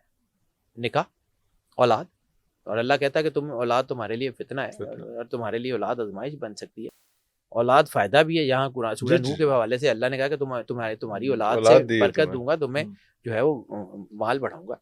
اب سمجھیے، اولاد اگر جو ہے یہ آپ کی برکت ہے تو اللہ برکت کیا کرتا ہے؟ اولاد آپ کے مرنے کے بعد آپ کے لیے دعا کرتی ہے، اولاد آپ کے بعد اچھے کام کرتی ہے جو آپ کے نامہ مال میں آپ کی تربیت میں لکھے جاتے ہیں۔ اب یہی چیز جو ہے کہ یہ جو آیت جو بتا رہی ہے کہ یہ جو دولت جو ہے وہ آپ جو ہے وہ آپ کے اللہ دیتا ہے تو اس کا استعمال پازیٹیو یا نیگیٹو آپ کون سا کرتے ہیں؟ It's all up to you. رزق آ جاتا ہے، رزق آ جائے گا، رزق آپ کے نصیب میں، اس کو بڑھانا کیسے، اس کو آپ نے کیسے چلانا ہے، اللہ نے یہ راستہ بھی بتایا ہوا ہے، کیسے آپ نے جو ہے وہ اپنے آپ کو اسٹیبل رکھنا ہے۔ پیسے آ گئے، پیسے آپ نے اس کو خرچ کرنے شروع کیے، ظلم کرنا شروع کر دیا، ختم ہو جائے گا۔ انسانیت نہیں ہے تو کچھ بھی نہیں ہے۔ اور پھر یہی ہوا، بہت بڑے بڑے لوگ ایسے ہیں کہ جن کے پاس جو ہے وہ کروڑوں اربوں روپے اکاؤنٹس میں پڑے ہوتے تھے اور پھر ان کی لاشیں ملتی ہیں 6 مہینے کے بعد۔ وہ لاہور میں ایک جو ہے وہ پچھلے دنوں کا واقعہ، یہ جو ہمیرا کی بات نہیں کر رہا ہوں، ایک اور تھے بہت بڑے سینئر آفیشل جن کے 4 بچے تھے، چاروں امریکہ میں انگلینڈ میں چلے گئے، نوکر کے سارے چھوڑ گئے، وہ تصویریں بھی تھیں سر، عبرت کا چلا گیا بغیر بتائے، چلا گیا، اور ملازم کا ایکسیڈنٹ ہو گیا، بابا جی اتھے ہی کمرے چ لاک مار گئے۔ تو یہ قدرت، یعنی سب سے جو ہے نا مطلب سمجھ لیں کہ سب سے دردناک موت کیا ہے کہ شکاری نے ایک پرندے کو شکار کر لیا، وہ اس کے جال میں پھنس گیا، اب شکاری کو بھول گیا کہ جال کہاں لگایا، مر جائے گا۔ سر دیکھیے گا انسانیت جو ہے نا، یہ جو آیت ہے نا، یہ واضح طور پہ بتا رہی ہے کہ احسان کر، فتنہ نہ کر. جب آپ لوگوں کی مدد کرتے ہیں تو اللہ آپ کو دیتا ہے. پھر خوشحالی واصف علی واصف صاحب کا ایک جملہ ہے بہت شاندار کہ خوشحال وہ ہے جو اپنے حال پہ خوش ہے. ہائے ہائے خوشحال جو اپنے حال پہ خوش ہے. جو اپنے حال پہ خوش ہے وہی خوشحال، وہ خوشحال ہے، ورنہ باقی تو کچھ بھی نہیں. تو جب آپ خوشحال ہی نہیں ہیں تو پھر خوش مستقبل کو کیا کرنا ہے؟ بات یہ ہے کہ بانٹنے سے اللہ جو ہے وہ دیتا ہے. اب سمجھیے اللہ یا تو لے کے آزماتا ہے یا دے کے آزماتا ہے. جن سے لے کے آزماتا ہے نا ان کے نام بڑے خوبصورت ہیں. ایوب، ابراہیم، یعقوب، ٹھیک ہے، یوسف. جن سے لے کے آزماتا ہے اور اللہ دے کے آزماتا ہے ان کے نام بہت خطرناک ہیں. فرعون، شداد، قارون، یزید. جن سے اللہ دے کے آزماتا ہے. اللہ دے کے لینے والی آزمائش سے بچا کے رکھے. اللہ اکبر. لے کے آزمائش لے لے اس سے بچ نکلتا ہے بندہ، شکر کرتا ہے. دے کے آزماتا ہے نا تو پھر یہی ہوتا ہے کہ گاڑی سے پیچھے مار کے بندے مار دیے، وہ جو پتہ ہے ہم جو ہے 4 کروڑ روپے لگائیں گے چھوڑ دیں گے. وہ جو تکبر ہے نا وہ انسان کو تباہ و برباد کر دیتا ہے. اللہ پھر چھوڑ دیتا ہے. پھر ایک اور چیز، ایک آیت مجھے ایک اور ذہن میں یاد آ گئی سورہ حجرات میں، جہاں سرور انبیاء صلی اللہ علیہ وآلہ وسلم کے کانٹیکسٹ میں اللہ نے کہا ہے کہ رسالت میں آپ کا نام بھی ایسے نہ لینا جیسے آپس میں ایک دوسرے کا نام لیتے ہو. سرور انبیاء صلی اللہ علیہ وسلم کی آواز سے اونچی آواز مت کرنا، ان کے قدم سے آگے قدم نہ بڑھانا. اگر ایسا کرو گے اہبطوا اعمالکم، حبط کر لوں گا تمہارے اعمال. اب یہاں پہ ایک چھوٹی سی چیز ضبط اور حبط کو سمجھیے. یہ میرا مال ہے، کسی محکمے نے ضبط کر لیا. اب مجھے پتا اس محکمے کے پاس ہے، میں کوشش کروں گا اس محکمے کو اپروچ کرنے کی اور اس محکمے سے چھڑانے کی کسی نہ کسی طرح کر لوں گا. ٹھیک ہے. حبط کا مطلب ہے مجھے پتہ ہی نہیں ہے میرا مال ضبط کس نے کیا کہاں ہے. اللہ کہتا ہے حبط کر لوں گا تو میں توبہ کی توفیق نہیں دوں گا. تمہیں اس بات کا ادراک ہی نہیں ہوگا کہ تم نے کیا کیا ہے. اب جب انسان ظلم کے اندر ہوتا ہے نا تو سر ایک مجھے حدیث کا یاد آتا ہے کہ اللہ کے سامنے وہ لے کے جاؤ جو تمہارے پاس ہے. جب ہم اللہ سے پوز کرتے ہیں نا کہ اللہ ہم بڑے نیک آدمی ہیں، یہ اتنا ہی پڑھائی کرتے ہیں، تو اللہ وہ ہماری نیکیاں رکھ لیتا ہے اور باقی جو ہے نا وہ بھیج دیتا ہے کہ جاؤ. میرے استاد تھے جی، اللہ کروڑ کروڑ ان کے اوپر رحمت نازل کرے، دلدار پرویز بھٹی صاحب. واہ واہ واہ واہ. ان کا ایک جملہ مجھے یاد ہے، میں نے ان سے پڑھا ہوا ہے. اچھا. تو وہ ایک جملہ مجھے ان کا یاد آ گیا. وہ میلہ پروگرام ہوتا تھا تو انہوں نے کہا تھا کہ ایک پنجابی میں پروگرام ہوتا تھا تو ان کو پنجابی میں بتاتا، بڑا مشہور ترین ہے. ٹھیک ہے. وہ کہتے تھے کہ ایک نہ انے فقیر دے ٹھوٹے جو کسی نے پیسے چک لے، انہیں آواز دیتی او حاجیا ایڈا ظلم نہ کر. وہ بندہ واپس آیا، تینوں کی میں پتہ لگا میں حاجی ہوں. تو انے فقیر نے اس کو کہا کہ ایڈا ظلم کوئی حاجی کر سکتا. سر اس کی سٹائر کو سمجھیے. دلدار پرویز بھٹی ایسی باتیں کر گئے ہوئے ہیں نا. تو سر جب ہم اللہ کے سامنے جاتے ہیں نا، یہ خانے کعبے کی انرجی، یہ سرور انبیاء صلی اللہ علیہ وآلہ وسلم کے روضے کی انرجی، کہتے ہیں نا گناہوں کو یہ سلب کر لیتا ہے. تو آپ نیکیاں لے کے گئے ہیں اور پھر آپ نے خانے کعبے پہ ہاتھ رکھا، میں بڑا نیک آدمی ہوں، اس نے نیکیاں کھینچ لی، باقی کیا بچا؟ آپ گناہ لے کے گئے ہیں، مالک میں گناہ گار ہوں، مالک میں بہت گناہ گار ہوں، مالک میرے پاس اور کچھ نہیں ہے سوائے ان گناہوں کے، مالک یہی ہے. اس نے وہ رکھ لی. How you pose. کم از کم اپنی ذات کے سامنے اور اللہ کے سامنے وہ ہو جائیں جو آپ ہیں. ساری دنیا کو پوز کریں، ساری دنیا میں جا کے بتائیں کہ ہم کیا ہیں اللہ کے سامنے اور اپنی ذات کے سامنے تو کم از کم دیانتدار ہوں. اللہ نے کیا کہا کہ میرے پاس خالص لے کے ہو، تو جو خالص آپ ہیں وہ لے کے جائیں نا، وہ لے کے جائیں نا، بناوٹ نہیں چاہیے. اب اللہ کیا کرتا ہے کہ جب آپ ظالم ہو جاتے ہیں تو پھر 25 لاکھ کا 1 کروڑ روپے کا حج کرتے ہیں، لوگوں کو آگے بتاتے ہیں اوے میں تے انج کیتا حج تے اوتھے تے لائناں لگیاں ہوئیاں سن تے میں تے فٹافٹ حجر اسود گیا، میں تے اوتھے دیاں انیاں چومیاں لئیاں. تو حجر اسود کھا گیا آپ کو، وہ خانے کعبے کی انرجی آپ کو کھا گئی ہے. اور غرور کی بہت سی قسمیں ہیں، سب سے بڑا غرور تقوی کا. سرور انبیاء کی حدیث ہی اس وقت آپ کو سمجھ لگتی ہے جب آپ یہ حرکتیں کرتے ہیں. انسانیت نہیں ہے نا. کچھ نہیں ہے، کچھ نہیں ہے. یہ 5 چیزیں ہیں جی. یہ مجھے اور وہ آپ نے غرور کی بات کی تو میں آخر میں بات کر لوں کہ شیطان جو ہے نا اس کا سب سے بڑا وار جو ہوتا ہے وہ آپ کی جو ہے وہ نیکیاں آپ کو خوشنما کر کے دکھاتا ایسے ہی. ایک مجھے چلیں، ایک آپ نے یہ بات کی مجھے یاد آ گیا واقعہ. جناب معروف کرخی رحمت اللہ علیہ، ان کے دور میں ایک ان کے شاگرد تھے، نماز پڑھایا کرتے تھے اس مسجد میں جہاں معروف کرخی تھے. انہوں نے آنا چھوڑ دیا. ایک دو دفعہ آپ نے پوچھا کہ وہ کہاں ہے؟ ان کے جی وہ نہیں آتے، وہ اپنے اجرے میں بند ہیں، وہ نہیں آتے. ان کا کیوں؟ اس نے کہا وہ کہتے ہیں کہ میں بہت نیک آدمی ہوں اور یہ سارے گناہ گار ہیں تو مجھے ان سے گھن آتی ہے. وہ تو خیر مجھے ان سے گھن آتی ہے. ان کا اچھا وہ کر کیا رہے ہیں؟ ان کے جی وہ کہتے ہیں کہ مجھے فرشتے رات کو لینے آتے ہیں، میں تیر سیر کرتا ہوں، جنت دوزخ کے نظارے کرتا ہوں اور میں پھرتا ہوں اور وہاں پہ جو ہے وہ جنت کی لذات دیکھتا ہوں. یہ تو مجھے معروف کرخی نے ان کے پاس ایک پیغام بھیجایا کہ اس کو جا کے کہو کہ اب کی بار جب تمہیں فرشتے لینے آئے تو ایک دفعہ لا حول ولا قوت الا باللہ ضرور پڑھے. وہ انہوں نے ایسے ہی کیا. تھے تو شاگرد حضرت معروف کرخی گئی تو انہوں نے جب لاہور پڑھی تو پتہ لگا کہ جہاں پہ وہ پھر رہے ہیں وہ جنت نہیں ہے، انتہائی کوئی غلیظ اور غلاظت سے بھری ہوئی کوئی جگہ ہے اور وہ فضلے کے ڈھیر پہ بیٹھے ہوئے ہیں اور وہ جو کھانا کھا رہے ہیں وہ انتہائی نجاست اور گند ہے اور وہ جو فرشتے اس کو لینے آئے ہوئے ہیں وہ فرشتے کوئی بلائیں اور عفریت ہیں. جب یہ ہوا تو وہ ایک دم سے ان کی آنکھ کھلی، واپس آئے معروف کرخی کے پاس اور کہا کہ سرکار یہ کیا؟ ان کا یہ استدراج ہے، شیطانی طاقتیں تجھے بہکاتی ہیں، تیرے اعمال کو تیرے سامنے خوشنما کر کے دکھاتی ہیں تاکہ تجھے تباہ کر سکے. تو سر اگر اتنے بڑے آدمی کے ساتھ یہ ہو سکتا ہے تو ہم تو گناہ گار ہیں، ہماری اوقات حیثیت کیا ہے. اللہ نے، امام غزالی کا ایک قول ہے، اللہ نے مال کو بانٹنے میں رکھا ہے اور لوگ اس کو جمع کرنے میں ڈھونڈتے ہیں. لیکن قرآن پاک میں ایک اور آیت بھی ہے، الذی جمع مالا وعددہ، ٹھیک ہے، سورہ ہمزہ کی، کہ وہ ہلاکت ہے ان کے لیے جو یہ کرتے ہیں، اس میں ہلاکت ہے ان کے لیے جو مال جمع کرتے ہیں اس کو بار بار گنتے رہتے ہیں. ونڈو کھڑے پانی میں بھی کائی لگ جاتی ہے. تو کیا اللہ اس بات پہ قادر نہیں ہے کہ آپ کے پاس کمی ہوگی تو وہ پوری کر دے گا؟ یقین نہیں ہے آپ کو؟ جو رزق آج اللہ رزق دے رہا ہے کل وہ چھٹی پہ جا رہا ہے. عیسیٰ علیہ السلام کا ایک جملہ ہے قرآن پاک میں، اس کا حوالہ ہے کہ جب وہ مائدہ اوپر سے اترا وہ بند کیوں ہو گیا؟ جب کھانا آتا تھا تو بند کیوں ہوا؟ کہ عیسیٰ علیہ السلام کے صحاب نے وہ کھانا جو ہے وہ اپنے لیے پس انداز کر لیا کہ کل کھائیں گے.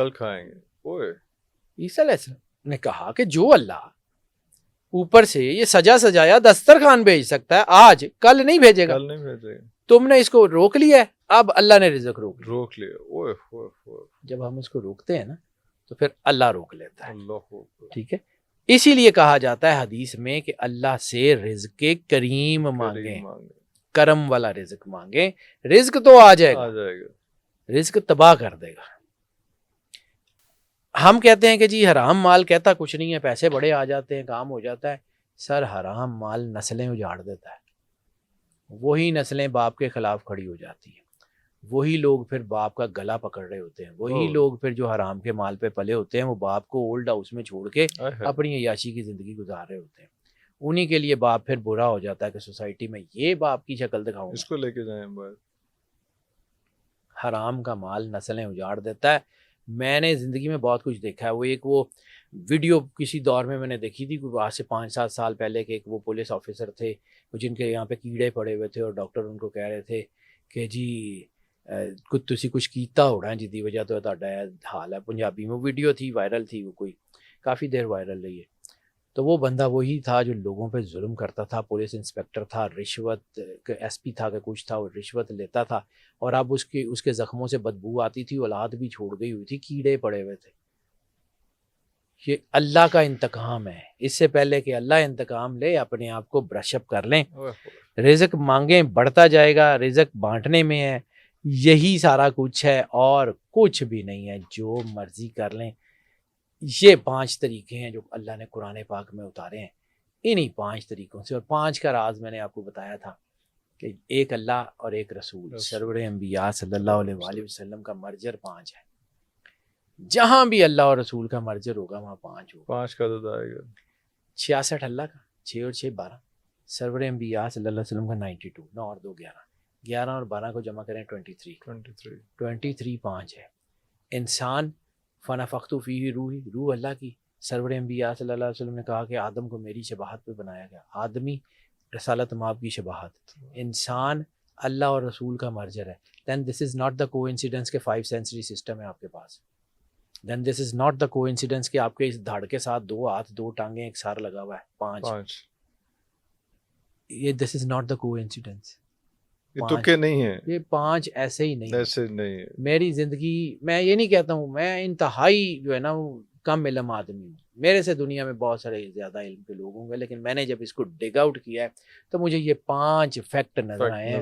اور یہ 5 فیکٹ ایسے ہیں کہ ان میں سے ایک پہ بھی عمل کر لینا رزق کے ڈھیر لگ جائیں گے. اللہ رزق کے ڈھیر لگ جائیں گے. اللہ مسئلہ ہی کوئی نہیں, روٹی دتے مسئلہ ہی کوئی نہیں. اور ہم نے سب سے بڑا مسئلہ ہی روٹی کا بنایا ہوا. اس نے وعدہ کیا ہوا ہے اور اللہ اپنے وعدوں کے خلاف نہیں کرتا. اس کی شان کے خلاف. اس نے وعدہ کیا ہوا رزق دینے کا. وہ جو میں نے چونٹی کا, آپ دینا تو شروع کریں. آپ سرور انبیاء صلی اللہ علیہ وآلہ وسلم کی بات مان کے آگے بڑھنا تو شروع کریں. پھر دیکھیں اللہ کرتا کیا ہے. کائنات کے مالک کو بھی آتا ہے کہ اس نے نظام کیسے چلانا ہے. کائنات کے رب کو بھی پتا ہے کہ اس نے کیا بنایا ہے اور کیسے چلانا ہے. اسی سارے آپ مامے بن جاتے ہیں تو پھر وہ کہتا ہے کہ ٹھیک ہے جاؤ یار کر لو, پھر کر لو. پھر آپ ہی تو ایک چیز اور اپنے بات کرتے جاتے ہیں تو مجھے ایسے ذہن میں آتی جاتی ہے, اللہ اور آپ اکٹھے نہیں رہ سکتے. اللہ اور آپ اکٹھے نہیں رہ سکتے. یا اللہ کرے گا یا آپ کریں گے. کسی نے آپ کا نقصان کیا ہے, کسی نے آپ کا نقصان کیا ہے, آپ بدلہ لے لیں یا اللہ لے لیں. تو جب آپ بدلہ لینے کے در پہ ہوں گے اللہ کہے گا ٹھیک ہے کر لو. ہاں آپ کر لیں, خود ہی کر لو. آپ جو ہے نا وہ خود کر لیں سارے کام ٹھیک, یا اللہ پہ چھوڑ دیں. تو جب اللہ پہ چھوڑیں گے تو وہ کر دے گا, نہ آپ کوشش کرتے رہیں گے. تو یہی تو میں نے بات سمجھ آتی ہے کہ یہاں سے تو شروع ہوتا ہے کام. جب تک نہیں ہوتی جب سجدہ ہے ہی شکر کا. سجدہ جڑا ہے نا یہ بہت کامیاب ہے. میرے دادا جی اللہ جنت نصیب کرے ایک جملہ کہتے ہوتے تھے کہ پتر ہے سجدہ ہار کسے نو سجدہ بھی نہیں. واہ واہ واہ واہ. اے سجدہ جڑا ہے نا ہر کسی نو سجدہ بھی, سجدہ ہوتا ہی شکر کا. سجدہ ہوتا ہی اس وقت ہے جب آپ کو یہ یقین ہو جاتا ہے کہ مالک تیرے سے برتر کوئی نہیں. پھر سر زمین پہ رکھتے پھر کہتے ہیں سبحان ربی اللہ, تیرے سے برتر کوئی نہیں ہے, مالک تیرا تھینک یو. اللہ واہ واہ واہ واہ واہ. ہمیشہ ہی بہت مزہ آتا ہے آپ سے بات کرنے کا, اور میں تو بالکل میسمرائز ہوتا ہوں جب آپ ڈسکشن کر رہے ہوتے ہیں جناب. اور جس طرح آپ نے رسک کو جس طرح سے ابھی بھی کسی کو سمجھنا ہے رسک کے حوالے سے تو پھر آگے تیرے پہ آگ لچھی, یہی کہہ سکتے ہیں اس میں. بہت شکریہ جاوید صاحب. ویورز ابھی تک لیے اتنا, اگلے پروگرام کے لیے اجازت دیجیے. پاکستان زندہ باد.